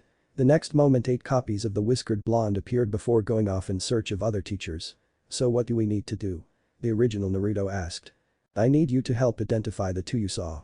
Midnight said in response as she swiftly made her way to the first of several potential targets. UA wasn't one of the top hero schools for nothing after all.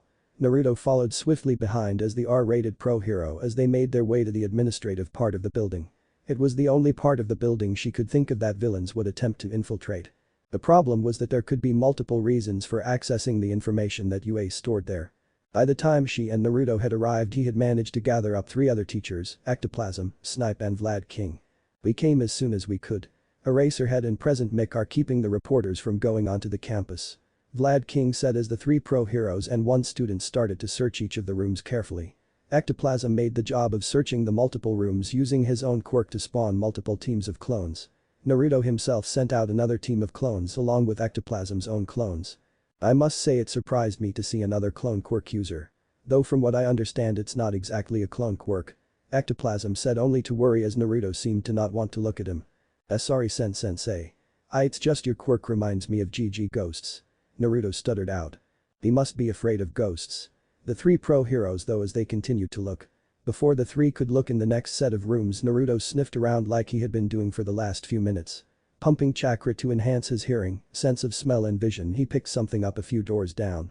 Nudging Vlad King, who got the rest of the teachers' attention, they gathered around the door before Vlad rushed in. Midnight and Ectoplasm followed, with Naruto the final one in. The scene that they came to was the disappearance of a purple-black mist before they were left with an empty room. It was only later that they would be able to determine what the villains had been searching for. As Naruto rejoined his classroom with orders not to mention what he had saw, the rest of the teachers had gathered to discuss the infiltration. So the media was just a distraction. Rather good one too. As always said as he leaned back in his seat. He was rather annoyed that he and Present Mick had been held up preventing reporters from harassing the students before the police arrived. Had he been there he might have been able to prevent the warp quirk user from escaping. We were just lucky that Mr. Shiratoko managed to get a good view of the 2 villains. He also has rather good artistic talents as well. Principal Nezu said as he scanned the 2 drawings that Naruto had created so that they could have more than just a description. The drawing gave them enough information to submit to the police as well, with the hope they would be able to make an identification. Can we tell what they were looking for exactly? It was Midnight that responded based on the room we believe the villains had been in before they escaped. It was to go over personnel. At least that's what we assume it to be. No doubt because of All Might. Said number 1 hero flinched as the trouble from this morning and now could all be pushed on his shoulders. Now. Nezu piped up before things could get out of hand. We all knew that having All Might as one of the teachers would bring more attention and not necessarily of the good kind. All the teachers let out a sigh as they continued to talk over the circumstances and what could be done to make sure this didn't happen again. In the days to come those measures wouldn't be enough. Naruto chuckled as the class described how Iida had more than earned his class representative position. While he wished to see it, his mind was on his own little adventure. While he was worried about villains seemingly getting in without any effort, he also realized there was nothing he could do himself. Besides, every teacher here was a well-known and experienced pro hero.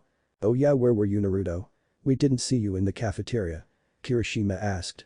Since they were waiting for the teacher to show up, everyone was merely chatting away. Naruto had found himself in the company of Kirishima and Shoji. I felt like eating outside and taking a nap in a tree. You do that often? Seems like a dangerous thing to do. Shoji commented from one of his arms that had formed a mouth. Shoji was pleasantly surprised that Naruto wasn't put out like some people and students would be when interacting with him. Plus the fact that they both knew the struggles of multiple appendages was a small but interesting connection. I do it all the time at Ho. Where the hell is that bastard? Everyone's attention was rooted to the entrance of the classroom. It only took a moment of shock before the class erupted into laughter at the expense of one Katsuki Bakugo. The reason for both the class roaring laughter and the murderous look from Bakugo. The explosive teen now sported a green hairstyle that was very similar to one of his classmates. It was the exact same color as Izuku's. Right down to the dark shadows that littered their fellow classmates' hair.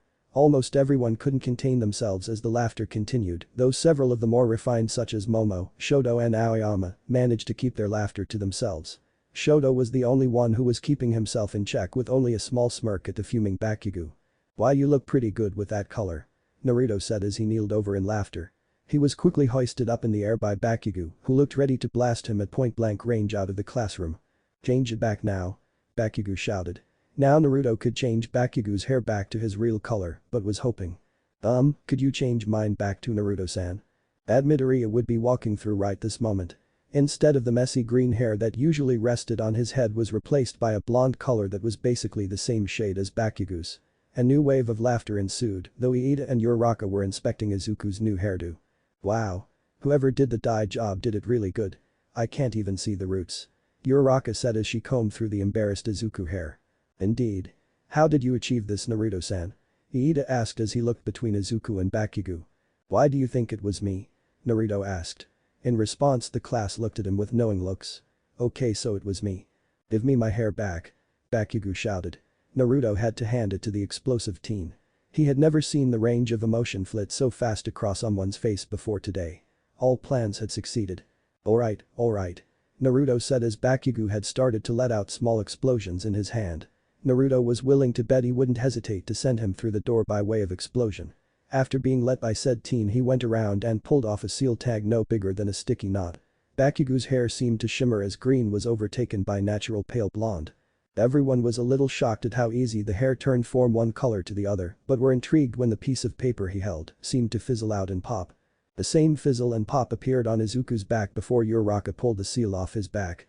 This is how you change their hair color. What is it? Just a little seal I've been working on in my spare time. Naruto said as he took the paper in question from her hand. He grimaced as he took in the condition of the seals. He had been trying to get seals smaller and still maintain their original function, or at least aspects of it. The problem he was running into was that some aspects of seals required the exact kanji in order to function.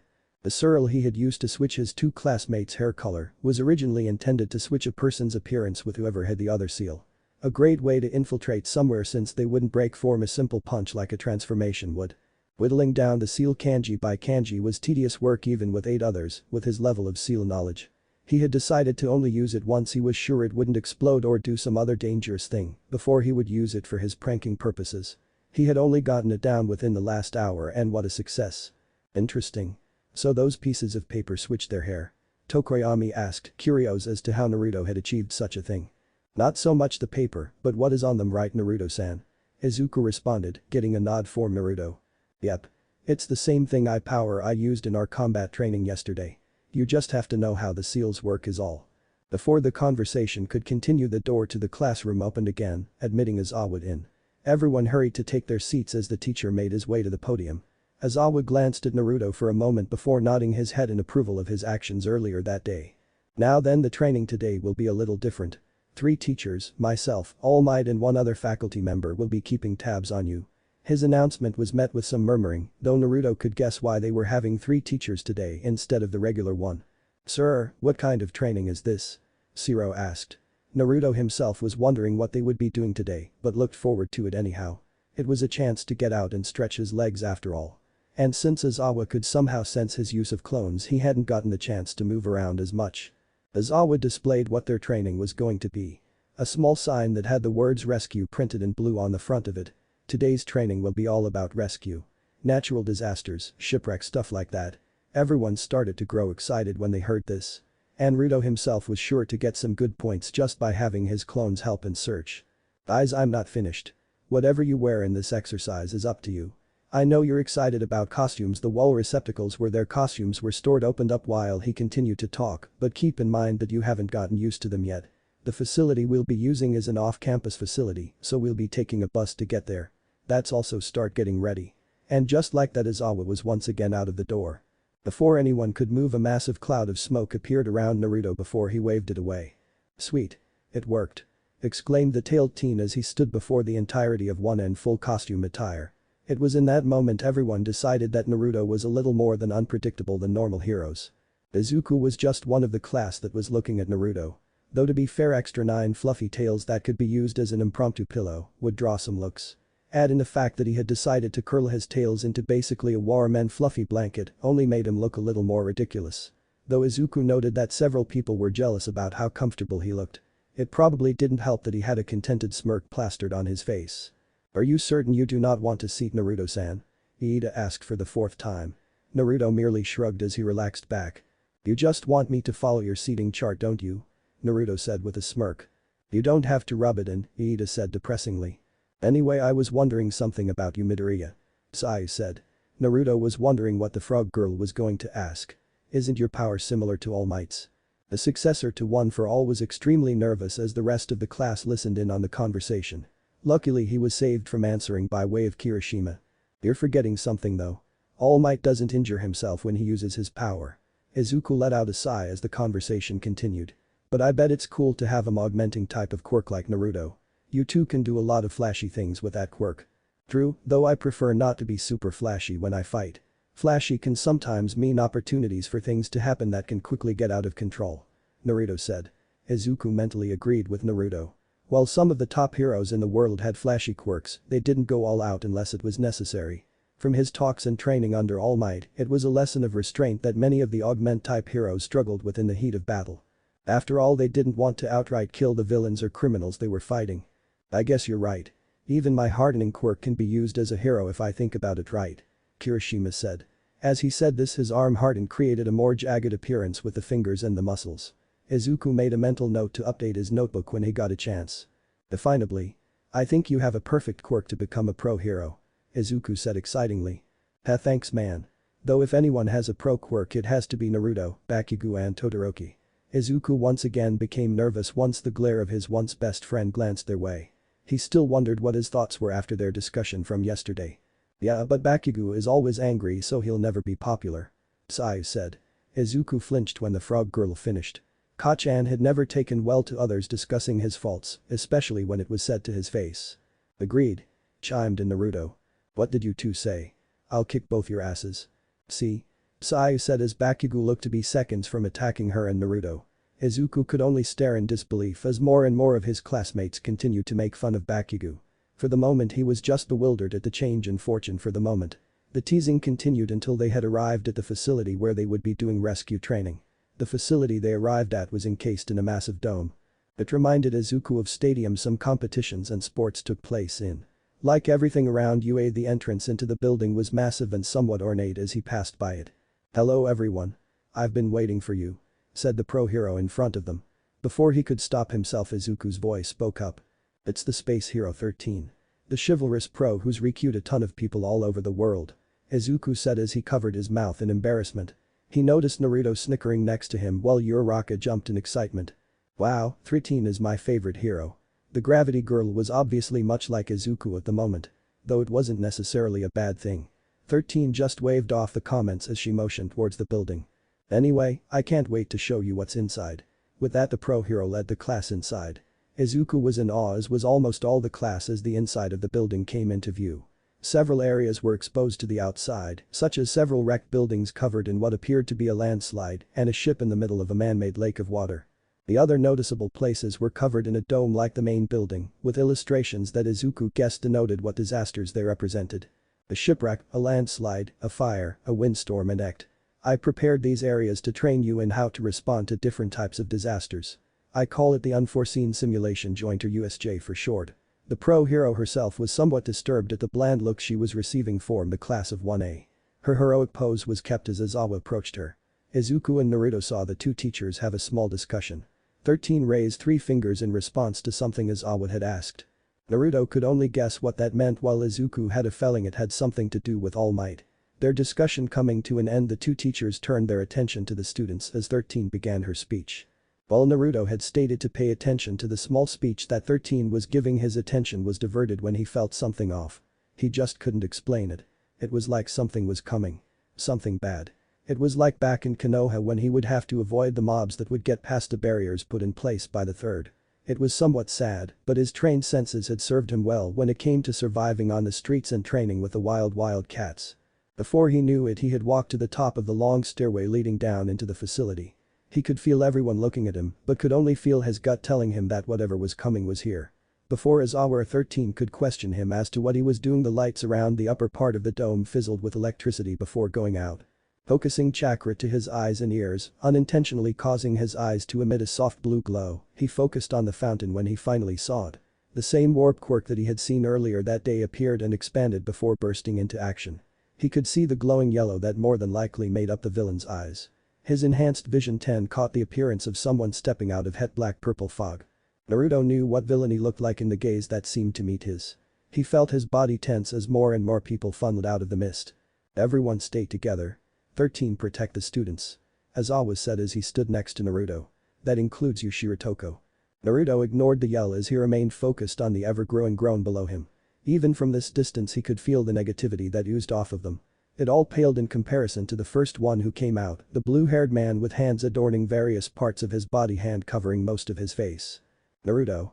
Aizawa shouted as he tried to push the student back. It was as if someone had glued his feet to the floor. His student stood paralyzed for all intents and purposes before he collapsed to one knee. Strong, too strong. He heard Naruto mutter. Looking back at the villains, he instantly could tell what the whiskered boy was talking about. A massive creature had appeared next to the apparent ringleader. The muscled black skin, beak-like mouth and exposed brain only made the pro-hero worry more. Before his eyes 9 copies of the blonde appeared next to him and Naruto. Silently understanding what the young teenager intended to do, he could only sigh as he put on his goggles. Wait. You can't mean to face all those villains by yourself. There's too many of them, and even if you can nullify their quirks, your fighting style isn't suited for groups this large. Your power works best in stealth and one-on-one fights. Midori of all students spoke up in worry for him. It was nice to know his students cared about him. You can't be a pro if you only have one trick. I'll leave it to you 13 Aizawa simply stated before jumping off the top of the stairs. He was followed by the copies of Naruto, much to the shock of the rest of his classmates. Hey, why are you going with him? Kaminari shouted as Naruto kneeled. For the rest of the class wondered the same thing until Naruto stood up and took a deep breath. Clones don't get injuries. Only information. Naruto stated as he wiped his forehead. Unbeknownst to his class, he could feel the raw hate and anger from the beast that had arrived last out of the apparent 3 main villains. A very good move to back up someone like Eraserhead. 13 stated, for now though we need to move. Right. And there he goes. With those goggles you can't tell when he's using his quirk. Shigaraki Tamura stated as he watched Eraserhead take out several villains at once. Not to mention the annoying blonde and his copies. That must be the student that saw us when we infiltrated. Kurajiri stated as he watched the blonde copies provide openings for Eraserhead to subdue the villains or outright knock them out himself. A powerful quirk in its own right. Copies and quirk erasing. The problem with pros is when they live up to the hype. Though it is surprising to see a kid fight alongside him. Tamura said as he scratched his neck. How annoying. I went through all this trouble and All Might isn't even here. Instead I'm stuck with a mini-boss and his accomplice. What should we do? Kurajiri asked. He could see the hint of a cruel smile on his charge's face as he gave his orders. As he felt his quirk return, he quickly teleported him and the Nomu away. Tamura couldn't help but smile in twisted glee. What better way to draw out the symbol of peace than by murdering one of his students for starters? Naruto was trailing behind as he kept spawning clones that would get dispelled. With max number of 9 clones he could spawn, they could only take a hit or two before they would be dispelled. He had to continuously spawn clones to replace the ones that would get popped by a lucky hit or by using up their chakra. With the number of enemies it was easier for them to be dispelled. As he paused to make another clone, he flinched when the mist from the warp villain formed around everyone. Expect him. It's a pleasure to meet you. Began the mist villain. His eyes scanning the students as he continued his introduction. We are the League of Villains. I know it's impolite, but we decided to invite ourselves into this haven of justice. To say hello. Spawning another 2 clones to help out in securing the knocked out villains, he could only clench his teeth in frustration as the villain had encircled the entirety of Class 1 along with 13. There was no telling what could happen if he decided to use his quirk on them. And Naruto's frustrations only grew when he had to produce even more clones after a villain with a projectile quirk managed to get a group of his clones all at once.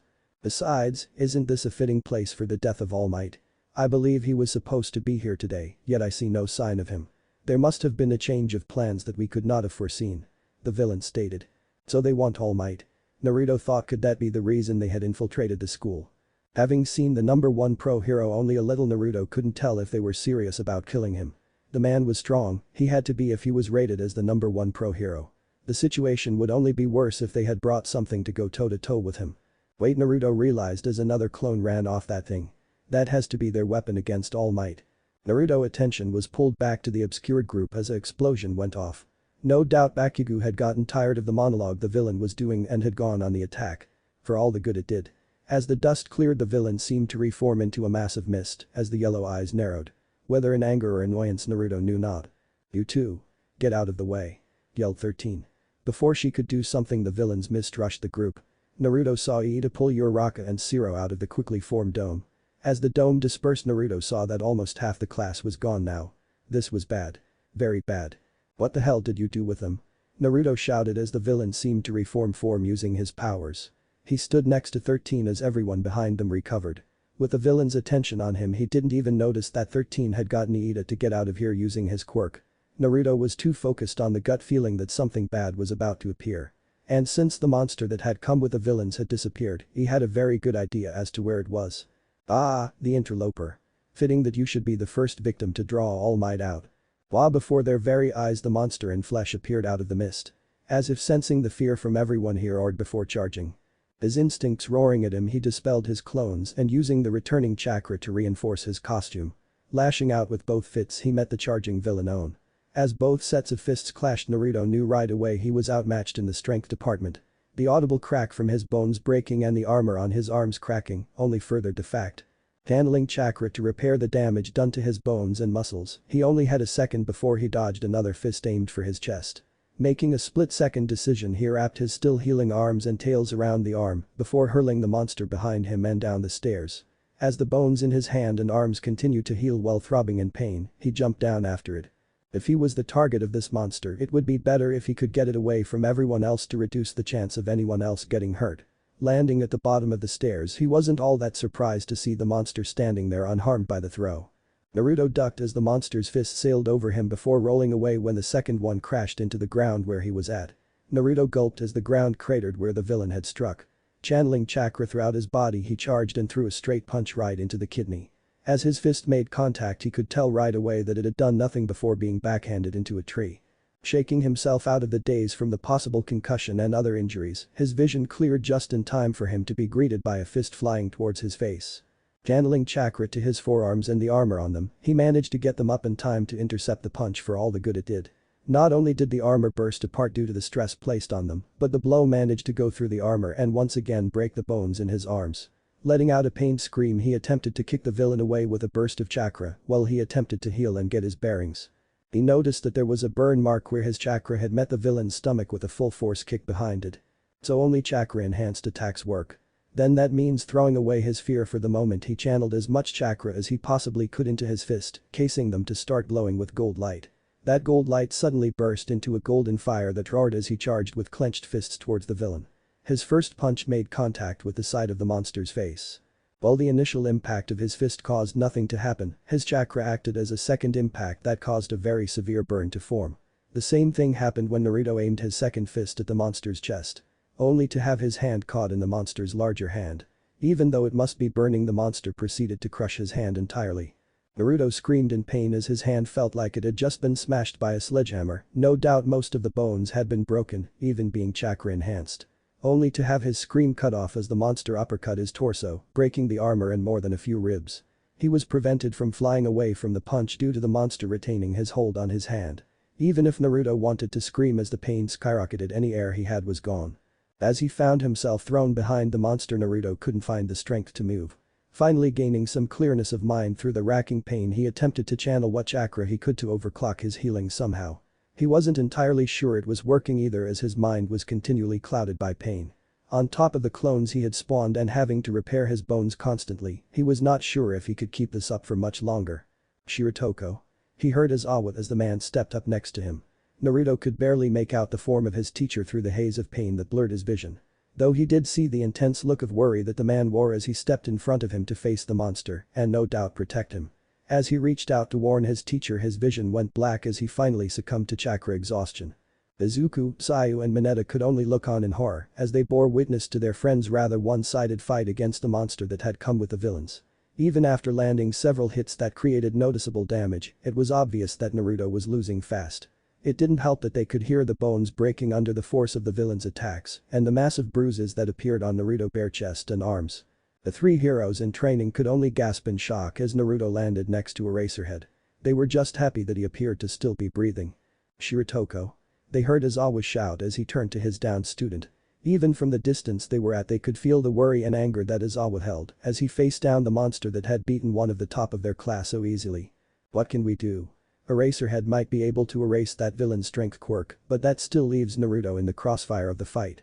Izuku thought as he looked around the battlefield. Most of the villains had been knocked out already, though it was only a matter of time before they woke up. Well, now the real deal wasn't all that tough, huh? Everyone's attention focused on the blue-haired villain as he stood in the center of all this. Shame that he couldn't put up more of a fight. Though I guess it was too much to ask for.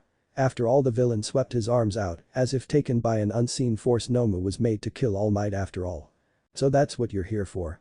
Aizawa said as quickly thought of way to get Naruto out of the fight. Even now his regeneration was working, though at a noticeably lower scale than before. He had also noticed the trio of students in the edge of the courtyard in the water. He hoped that the villains hadn't noticed them, as his current plan would work only if they could get out of here. Ah well. The blue-haired villain sighed as he seemed to deflate from his grand revelation. Perhaps some dead students of his will get him here. Nomu. Kill the tailed one first. Aizawa acted before anyone could even move. Wrapping Nomu in as much of his capture scarf as he could, he struggled to even limit the monster's movement, as if sensing what he was attempting to do. The Nomu gripped the scarf wrapping around him and threw Aizawa into the fountain behind the other villain. Trying to get back into the fight, he was unprepared for the sudden grip of the other villain. It's such a shame to not see the final moments for yourself. After all, your eyes have to be hurting from all the staring. Why don't we watch him? Aizawa and the three students could only watch in horror, and the Nomu raised his two fists together. Before their very eyes he slammed them down into the unconscious Naruto. That's enough of that. Before the very eyes of the mismatched audience, two hands shot up from Naruto's stomach and caught the two fists.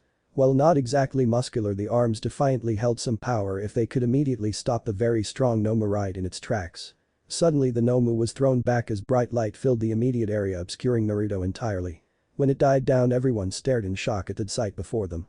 Blood-red hair that spiked every which way made its way down the person's back. He was bare-chested, showing off lean and compact muscles that were made for fighting constantly. Simple black pants were the only article of clothing on him, though it didn't detract from his menacing appearance at all. Though that may have been due to the fact that his face was scowling fiercely, while his slit and red glowing eyes were staring down the Nomu the man had apparently just thrown. Now then.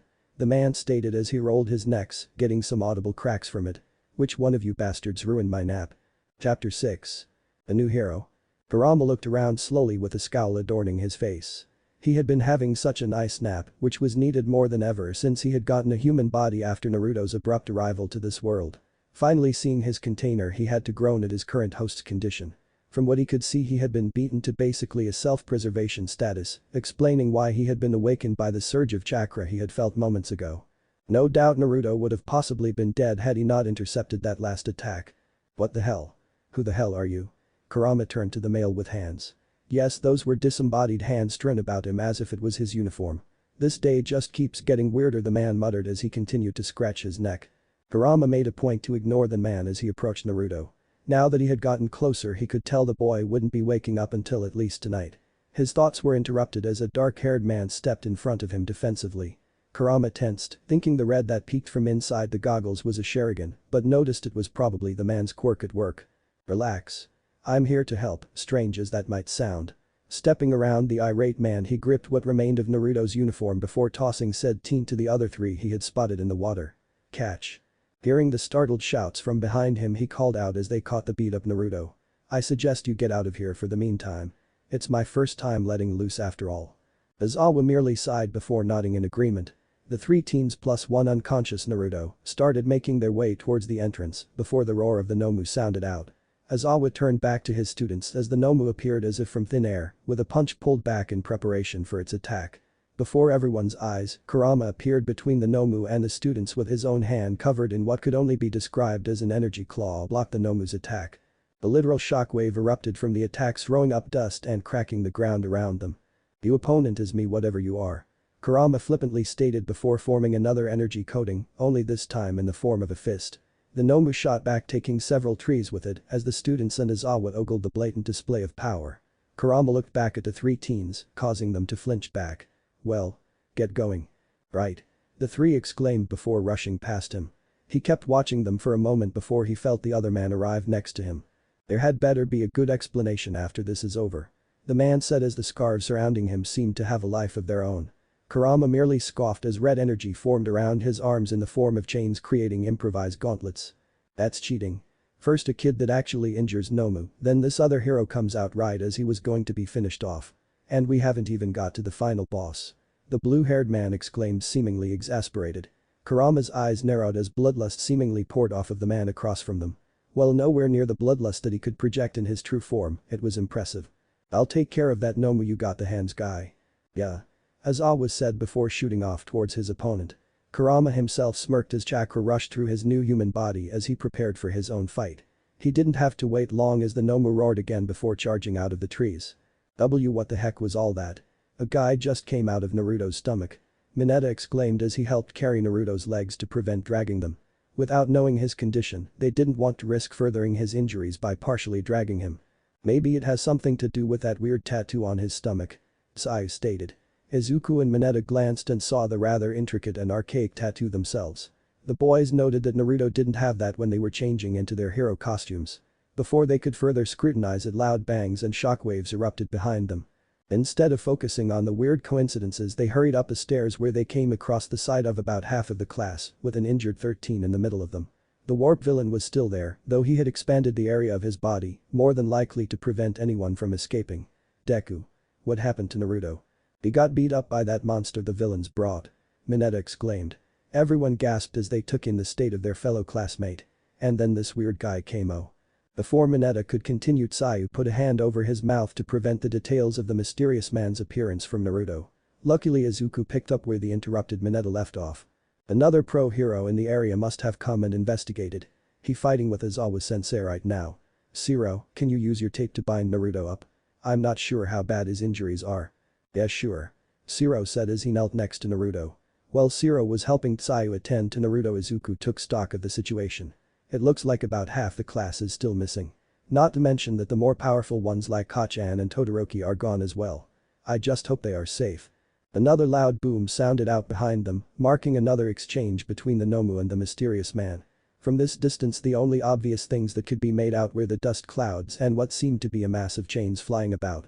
What the hell is going on down there? I've never seen a hero like that. Mina said as she and several glanced before turning their attention back to the villain blocking their exit out of here. Unbeknownst to the pro heroes in training, Kurogiri was thinking over the situation at hand. But that one student's escape, it's only a matter of time before the other pro heroes stationed at the school arrive. While I was surprised the tailed one managed to put up a fight, this other pro heroes must be the one currently facing Nomu. With these thoughts in mind, he decided being near his charge was the better option at the moment. He quickly warped away, much to the shock and relief of the students. Wait, he just left. Sato shouted as he relaxed from his tense posture. The question was on everyone's mind, though Izuku had a good idea as to where the warp villain had gone off to. While looking at the fight going on down the stairs, he noticed that some of the villains that Aizawa had knocked out were coming too. With Aizawa and the mysterious hero occupied with the main villains, there would be nothing to stop them from coming after them. Everyone get ready. The villains will be coming back. Stay down. Kurama shouted as he managed to gut punch the creature once again.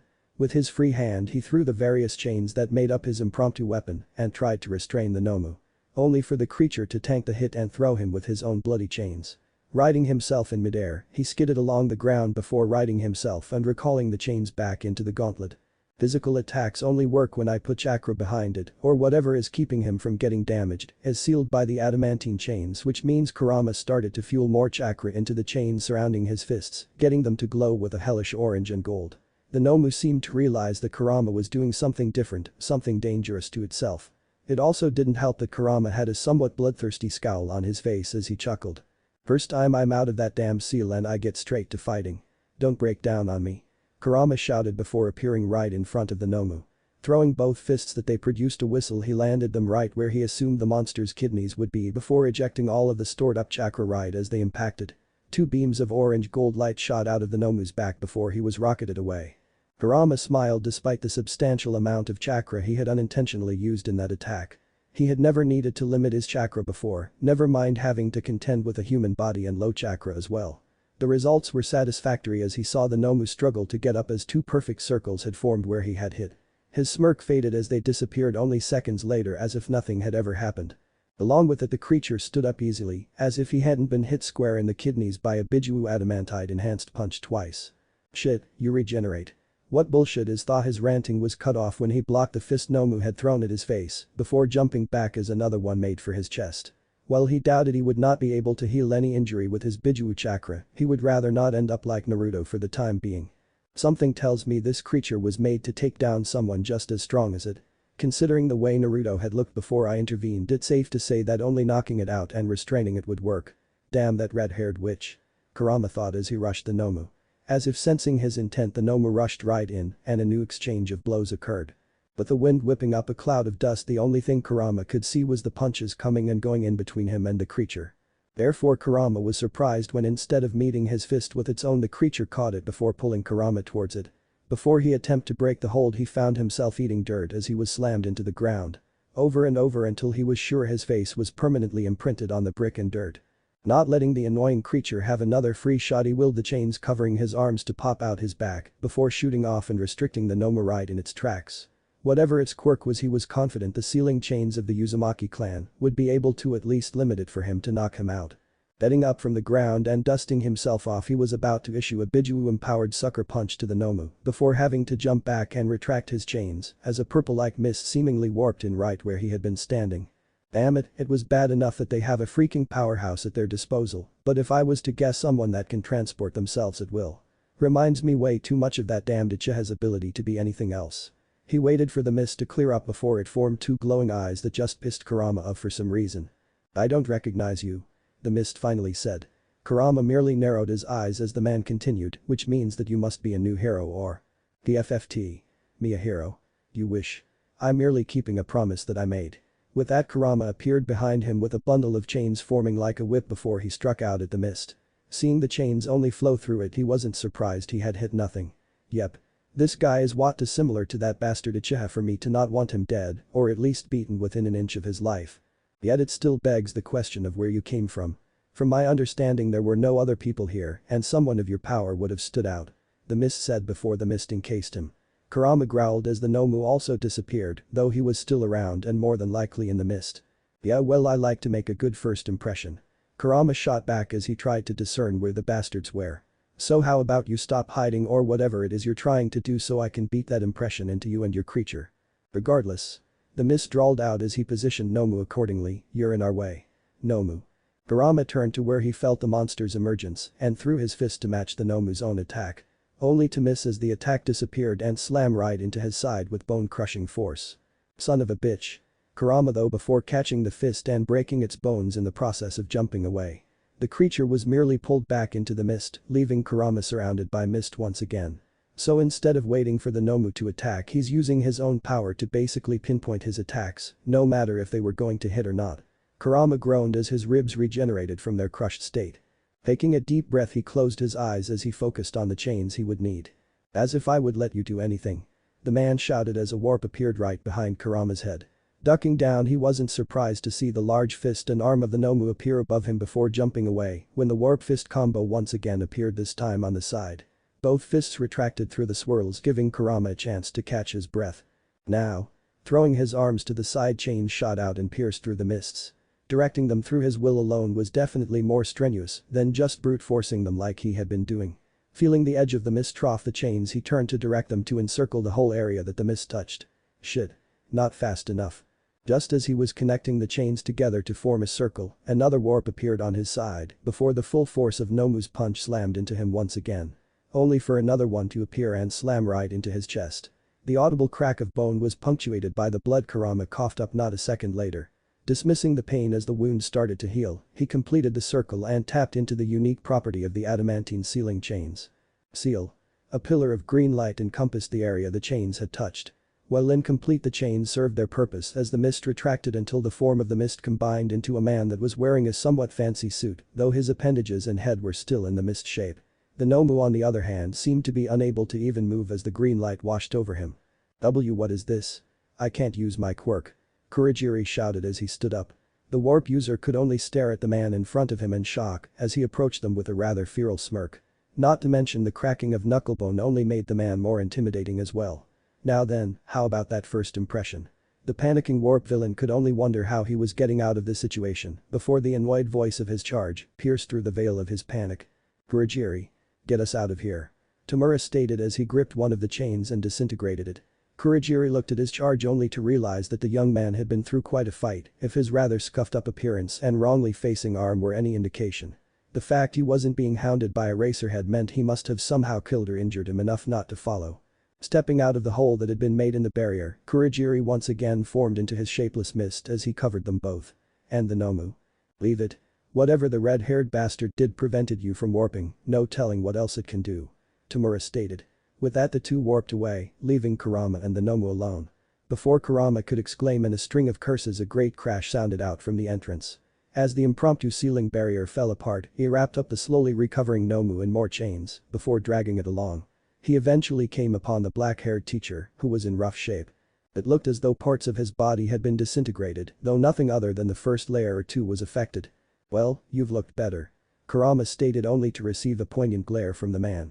Huffing in exasperation he leaned down and picked up Aizawa by his good shoulder and started to make his way towards the rather long staircase where he figured the other students and pro-heroes would be. What made the situation worse was that some of the villains that Aizawa had already knocked out were making their way up the stairs to no doubt attack the students that were still there. Both Kurama and Aizawa wouldn't be able to help considering Kurama was making sure the Nomu was restrained with copious amounts of adamantine chains and chakra. Aizawa wasn't in any shape to intervene with her due to his numerous injuries by way of the disintegration quirk, especially on the areas where his joints were. Before either adult could think of a way to provide support to the heroes in training, a great boom came from the doors leading into the USJ.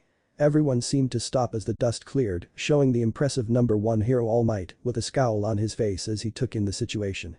Kurama imagined his teeth clenching audible when he saw that Naruto was in, as the pro-hero kneeled next to his container. Taking the opportunity that this pause opened up, he channeled a little chakra into his voice, making it project much louder than should be humanly possible. Listen up. I've already defeated your worthless boss and his creature. I suggest you surrender now. Kurama's voice was made ever truer when he threw the restrained Nomu at his foot before making show of stepping on his defeated opponent. Cause he won't be your only opponent. But the threat of the number 1 pro-hero and a mysterious man able to take down their greatest weapon against said number 1, many of the villains surrendered on the spot, with All Might mopping up the rest. Leaving the number 1 pro to his job, he climbed the stairs to arrive at the hopeful yet curious stares that the brat's classmates gave him.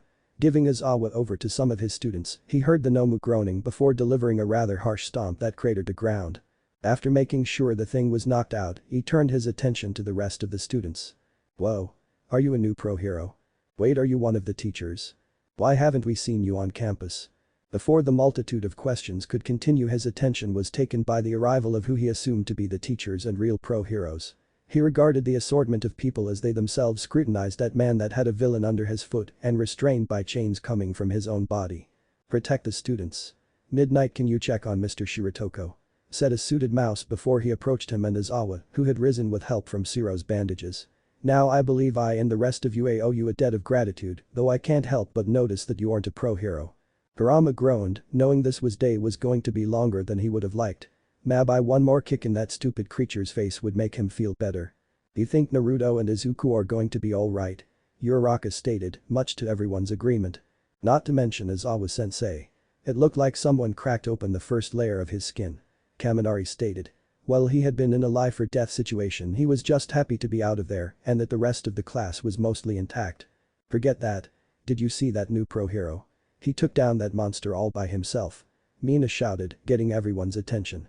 The mysterious hero had disappeared along with Naruto and several of the teaching staff including Midnight and Sniper. Luckily Iida was able to get the attention of the apparent head detective as the class turned towards them.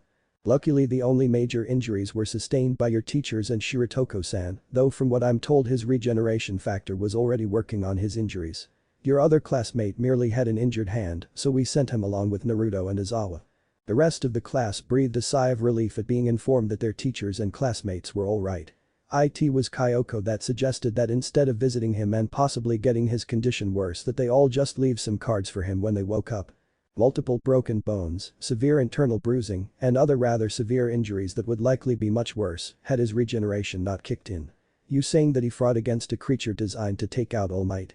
Recovery Girl asked Izuku as he stood next to Naruto. The boy was more than worried for his friend, as Naruto's normally tan visage was several shades paler than it usually was. Poor thing. Even after his body broke down he continued fighting. Recovery Girl stated as she turned to her other patient Aizawa. Well, it would take some time to heal the rest of his injuries, the teacher was at least conscious. So I was right. The erasure teacher stated, much to the nurses and Izuku's confusion. Even some of the more defensive heroes would have been shaken up by that creature's attacks. The fact Shiratoko could stand after its first attack was nothing short of willpower and drive. Izuku could only clench his fists as he recalled the short but intense fight between Naruto and the Nomu. Even with all his power from All Might in the form of One for All, he couldn't help his friend when he needed it most. Remembering the other man that had appeared from what he could only guess was Naruto's archaic tattoo on his belly. Mr. Izawa. Did you know who that other pro hero was? The teacher looked at Naruto before closing his eyes in thought. When he opened them to look right into Midoriya's eyes, he could see the worry he had towards his classmate. It's Compl. Naruto-kun. Shouted out a female voice as the doors to the nurse's office slammed open. Standing there in the doorway was one Tomoko Shiratoko, better known as the pro hero Ragdoll. Dressed in casual work clothes, she looked around the nurse's office before her eyes landed on Naruto. Izuku had a second to move away before he would have been blasted aside as Tomoko looked over Naruto before being bonked in the head by a recovery girl. I'll thank you to not agitate your son's injuries, Miss Shiratoko. Rubbing the bump that appeared on her head, Tomoko sighed as she sat down next to Naruto by a chair recovery girl had provided. She had noticed her fellow pro hero Racerhead and one of, at least she guessed, Naruto's classmates. She had only seen the numerous police and hero presences as she picked up some ingredients for dinner and thought nothing of it. Until she was contacted by UA letting her know that Naruto had somehow been involved. Needless to say, she had rushed right over and let the rest of the team know what was going on and promised to inform them when she had more info.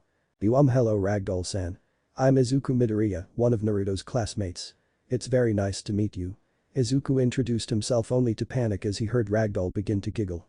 After getting over his panic, Izuku looked on as she took Naruto's hand and gently held it as she smiled. It reminded him of his own interactions with his mother. Though he did have to step back as Ragdoll the hero came out and looked to her fellow pro hero. Izuku could have sworn he saw the image of a tiger hovering behind her as she spoke. So who the heck decided they could injure my son? Izawa sighed as he answered, as I was saying. It complicated. So uncomplicated it for us. Exclaimed Vlad King as he and several of the more senior members of the staff sat facing Kurama, or Nine as he had introduced himself. Clad in a simple ensemble of sneakers, jeans and a white shirt, Nine looked relaxed as could be if the scowl on his face wasn't there. Okay, how many of you know that Naruto and by extension myself are from another dimension, reality whatever? At the nods from everyone he continued, back there I wasn't, well this. He motioned to himself. My true form would be a towering nine-tailed fox that could probably obliterate the city with merely a whim. Obviously that isn't the case anymore. He finished, getting some relieved sighs from everyone. Wait, you mean the tails and ears that Naruto sports are from you? Present Mix stated. Yep. Turns out that using abilities that regard time and space can almost rip you apart if done improperly. It was only the link I share with the brat that he managed to survive the trip, though not without consequences. Pushing at least half my power into keeping him alive effectively gave him some of my abilities along with my features. While it is not exactly rare for animals to develop human-like bodies with quirks, myself being an example, I'm still wondering how you came about, Mr. Nine. The information you have given us and what Naruto has tried to explain, you are more chakra than being. Memories of two desperate parents begging for his help keeping their child alive, even after being the reason for his imprisonment, came to the forefront of his mind. The rest of the teachers and principals noticed his clenched fists before Nine let out a long sigh before answering. It was a promise I made to his parents.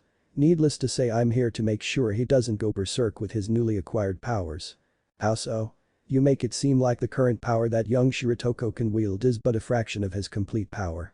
All Might, now in his more skeletal form, asked. It was something the number one hero had been wondering ever since he had gotten a good look at Naruto's file and his fighting style. If I was to guess, he can probably wield about half a tail of power before he becomes berserk.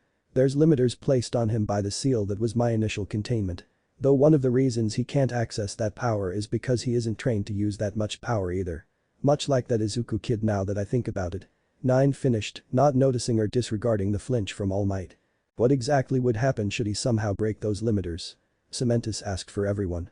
Nine closed his eyes as he started to explain the most likely scenario. More than likely the power would collapse in on him, obliterating him and a very large area around him into dust. There would be nothing left, whether it be buildings, people, anything. So it's important for him to get a handle on it, Sniper stated as he voiced the majority of the pro hero's opinions. So where does that leave you besides teaching the kid?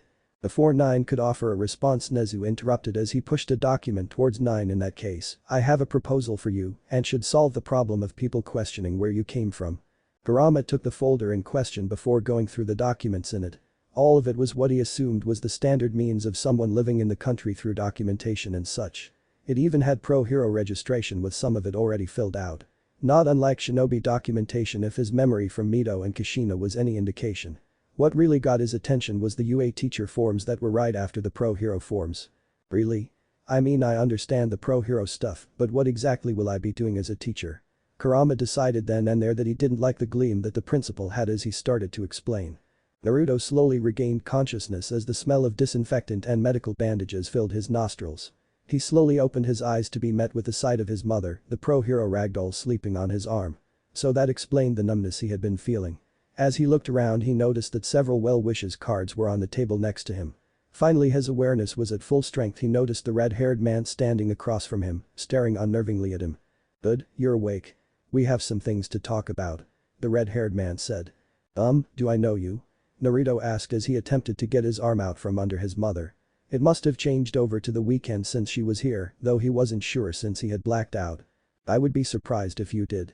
Though you may know me as the Kyuubi no Yoko," the man said and smirked at the shocked look he caused Naruto to have. But aren't you supposed to be like tall as a mountain or something?" Naruto said as he reached down to his now visible seal. He was surprised it hadn't gone away since it only really appeared when he was using chakra on purpose. "I was. Until you decided to tamper with forces you had no possible way of understanding. Needless to say, we're stuck with each other, for better or worse. And I go by Nine for now," the now named Nine stated. Naruto looked at Nine skeptically before asking him a question only someone from his home universe would know. "Where were we before we got transported here?" "Really? The land of fire, Konoha. Now do you believe me?" After getting over his dazed shock, Naruto regarded the fox-well human that sat on the bed across from him. "So what exactly do we need to talk about?"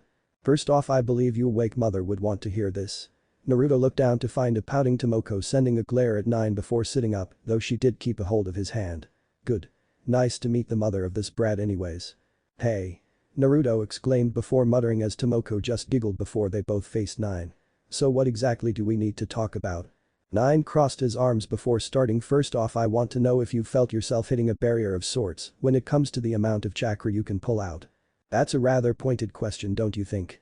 Tomoko said in response, but quieted down after noticing the rather worried look Naruto was now sporting. Tomoko and the rest of the team already knew about how Naruto felt like his chakra was blocked somehow, seeing as he couldn't spam more than several sets of one-hit clones per day when he had first been able to spam hundreds. Not to mention the fact that despite all the chakra exercises they had come up with, he hadn't been able to improve his chakra capacity by any measurable means. "When we first came to this dimension, I had to basically overload the function of the seal that prevented my chakra from going into you. This caused the seal to effectively change, even more so when your body absorbs some of my essence. It's the main reason you have 9 tails and ears while your chakra is somewhat limited. So my seal has been limiting my chakra." "But why?" Naruto asked as he held a hand to his stomach where said seal was. From what he understood, the seal was only supposed to contain the Kyuubi, not limit his chakra in any way. Form what Nine said he had. "Oh. What is it, Sachi?" Ragdoll asked when Naruto slumped in depression. It probably didn't help that Nine was laughing away as he realized Naruto had come to the same conclusion. Naruto went on to explain that since the seal was designed to contain Kyuubi and its chakra, the fact that his chakra had somehow melded with Nine's chakra when he was saving him meant that the seal registered his own chakra as the Kyuubi's. "Though by how much I don't know." Naruto finished as Ragdoll gained a calculative look on her face as she digested the information. Only to be interrupted by the voice of Nine. "At the present you can probably only channel a little over a few percent, most likely 3 or 4 depending on the situation. Your fight against Nomu had you hitting that limit quickly, which is why I woke up from a rather pleasant nap." Needless to say, the joke didn't sit well with Tomoko. As was evidenced by the fearsome glare he was receiving in turn. Raising his hands in surrender, he continued. "Which is one of the reasons I'll be sticking around. I'm going to be training you in how to use my chakra to its fullest while teaching you how to unlock and lock the seal for everyday hero work." Naruto clenched his hands as he remembered the feeling of weakness when he had been fighting the Nomu. He had run out of steam so fast that the only thing that had prevented him from getting killed was the timely intervention of Nine. He had to get stronger. That was the only way he could fight against foes like Nomu or whatever else these villains threw at him and his friends. "Naruto." Both he and Nine looked at Tomoko as she raised her head and gave her son a loving smile that only a mother could. "I believe in you." Naruto smiled as a new fire and determination filled his heart before it was promptly shattered as Nine snickered at the, in his own words, cheesy words. Naruto only sighed as his mother and Nine devolved into an argument that later he couldn't recall if anyone asked him. The next day. "Naruto." With everyone shouting at once, Naruto flinched as his heightened hearing was blasted. It also didn't help that several of his fellow classmates decided to ambush him, though he was pleasantly surprised that Sayu was the voice of reason as she noticed that he was still bandaged heavily. Though completely healed, he was still quite tender where most of the damage had been. He was happy to see that everyone was unharmed, though he could do without Mina poking him in the side where some of the heaviest bandages were. Gently guiding the curious girl away, Naruto smiled as he saw the worry and care his friends had for him. "Really, I'm fine now. Just really tender from recovery girl's healing," Naruto said as he waved his tails around for emphasis. Still though, Izuku said as he, "From what I understand, it took Izawa and that new pro hero to take down the main guys, right?" "Oh yeah," Mineta piped up, getting everyone's attention. "Who was that guy?" "For a pro hero he was kind of scary." Well, Naruto rubbed the back of his head to stall. He remembered Nine mentioning something about having an offer from the school, but didn't think much of it with all the other info that was presented to him at the time. Luckily, or unluckily if one was to see, Aizawa stood behind Naruto with a piercing glare. Everyone quickly took their seats at the silent order as their teacher made his way to the podium. How are you today, Mr. Aizawa?" Denki asked. The teacher merely sighed as he scanned the room. It looked like everyone was alright for the most part. A little shaken up by their first experience with villains, but that was to be expected. "Recovery girl does good work. Now then, I have an announcement to make. Due to the incident at the USJ the other day, the school decided to bring in an additional teacher for your hero courses. I would like to introduce." Before Aizawa could finish, the door leading into the classroom seemed to explode before it ricocheted off the adjacent wall. Well, eventful it was, the swath of chains that seemed to writhe and move about as if they were snakes. It didn't help that the man they were attached to radiated intent to harm them. And was one of his eyes glowing red? "I'm here." The chains receded back until only the man was left. While everyone was focused on him, Naruto couldn't help but let out a sigh similar to Aizawa at that moment. "To hurt you?" Don't you mean train us?" asked one frightened Mineta. "Nope. Needless to say that Nine would forever be remembered by Class 1 for his rather blunt introduction. What if child Naruto was transported in My Hero Academia? End here, and thanks for watching my video till the end.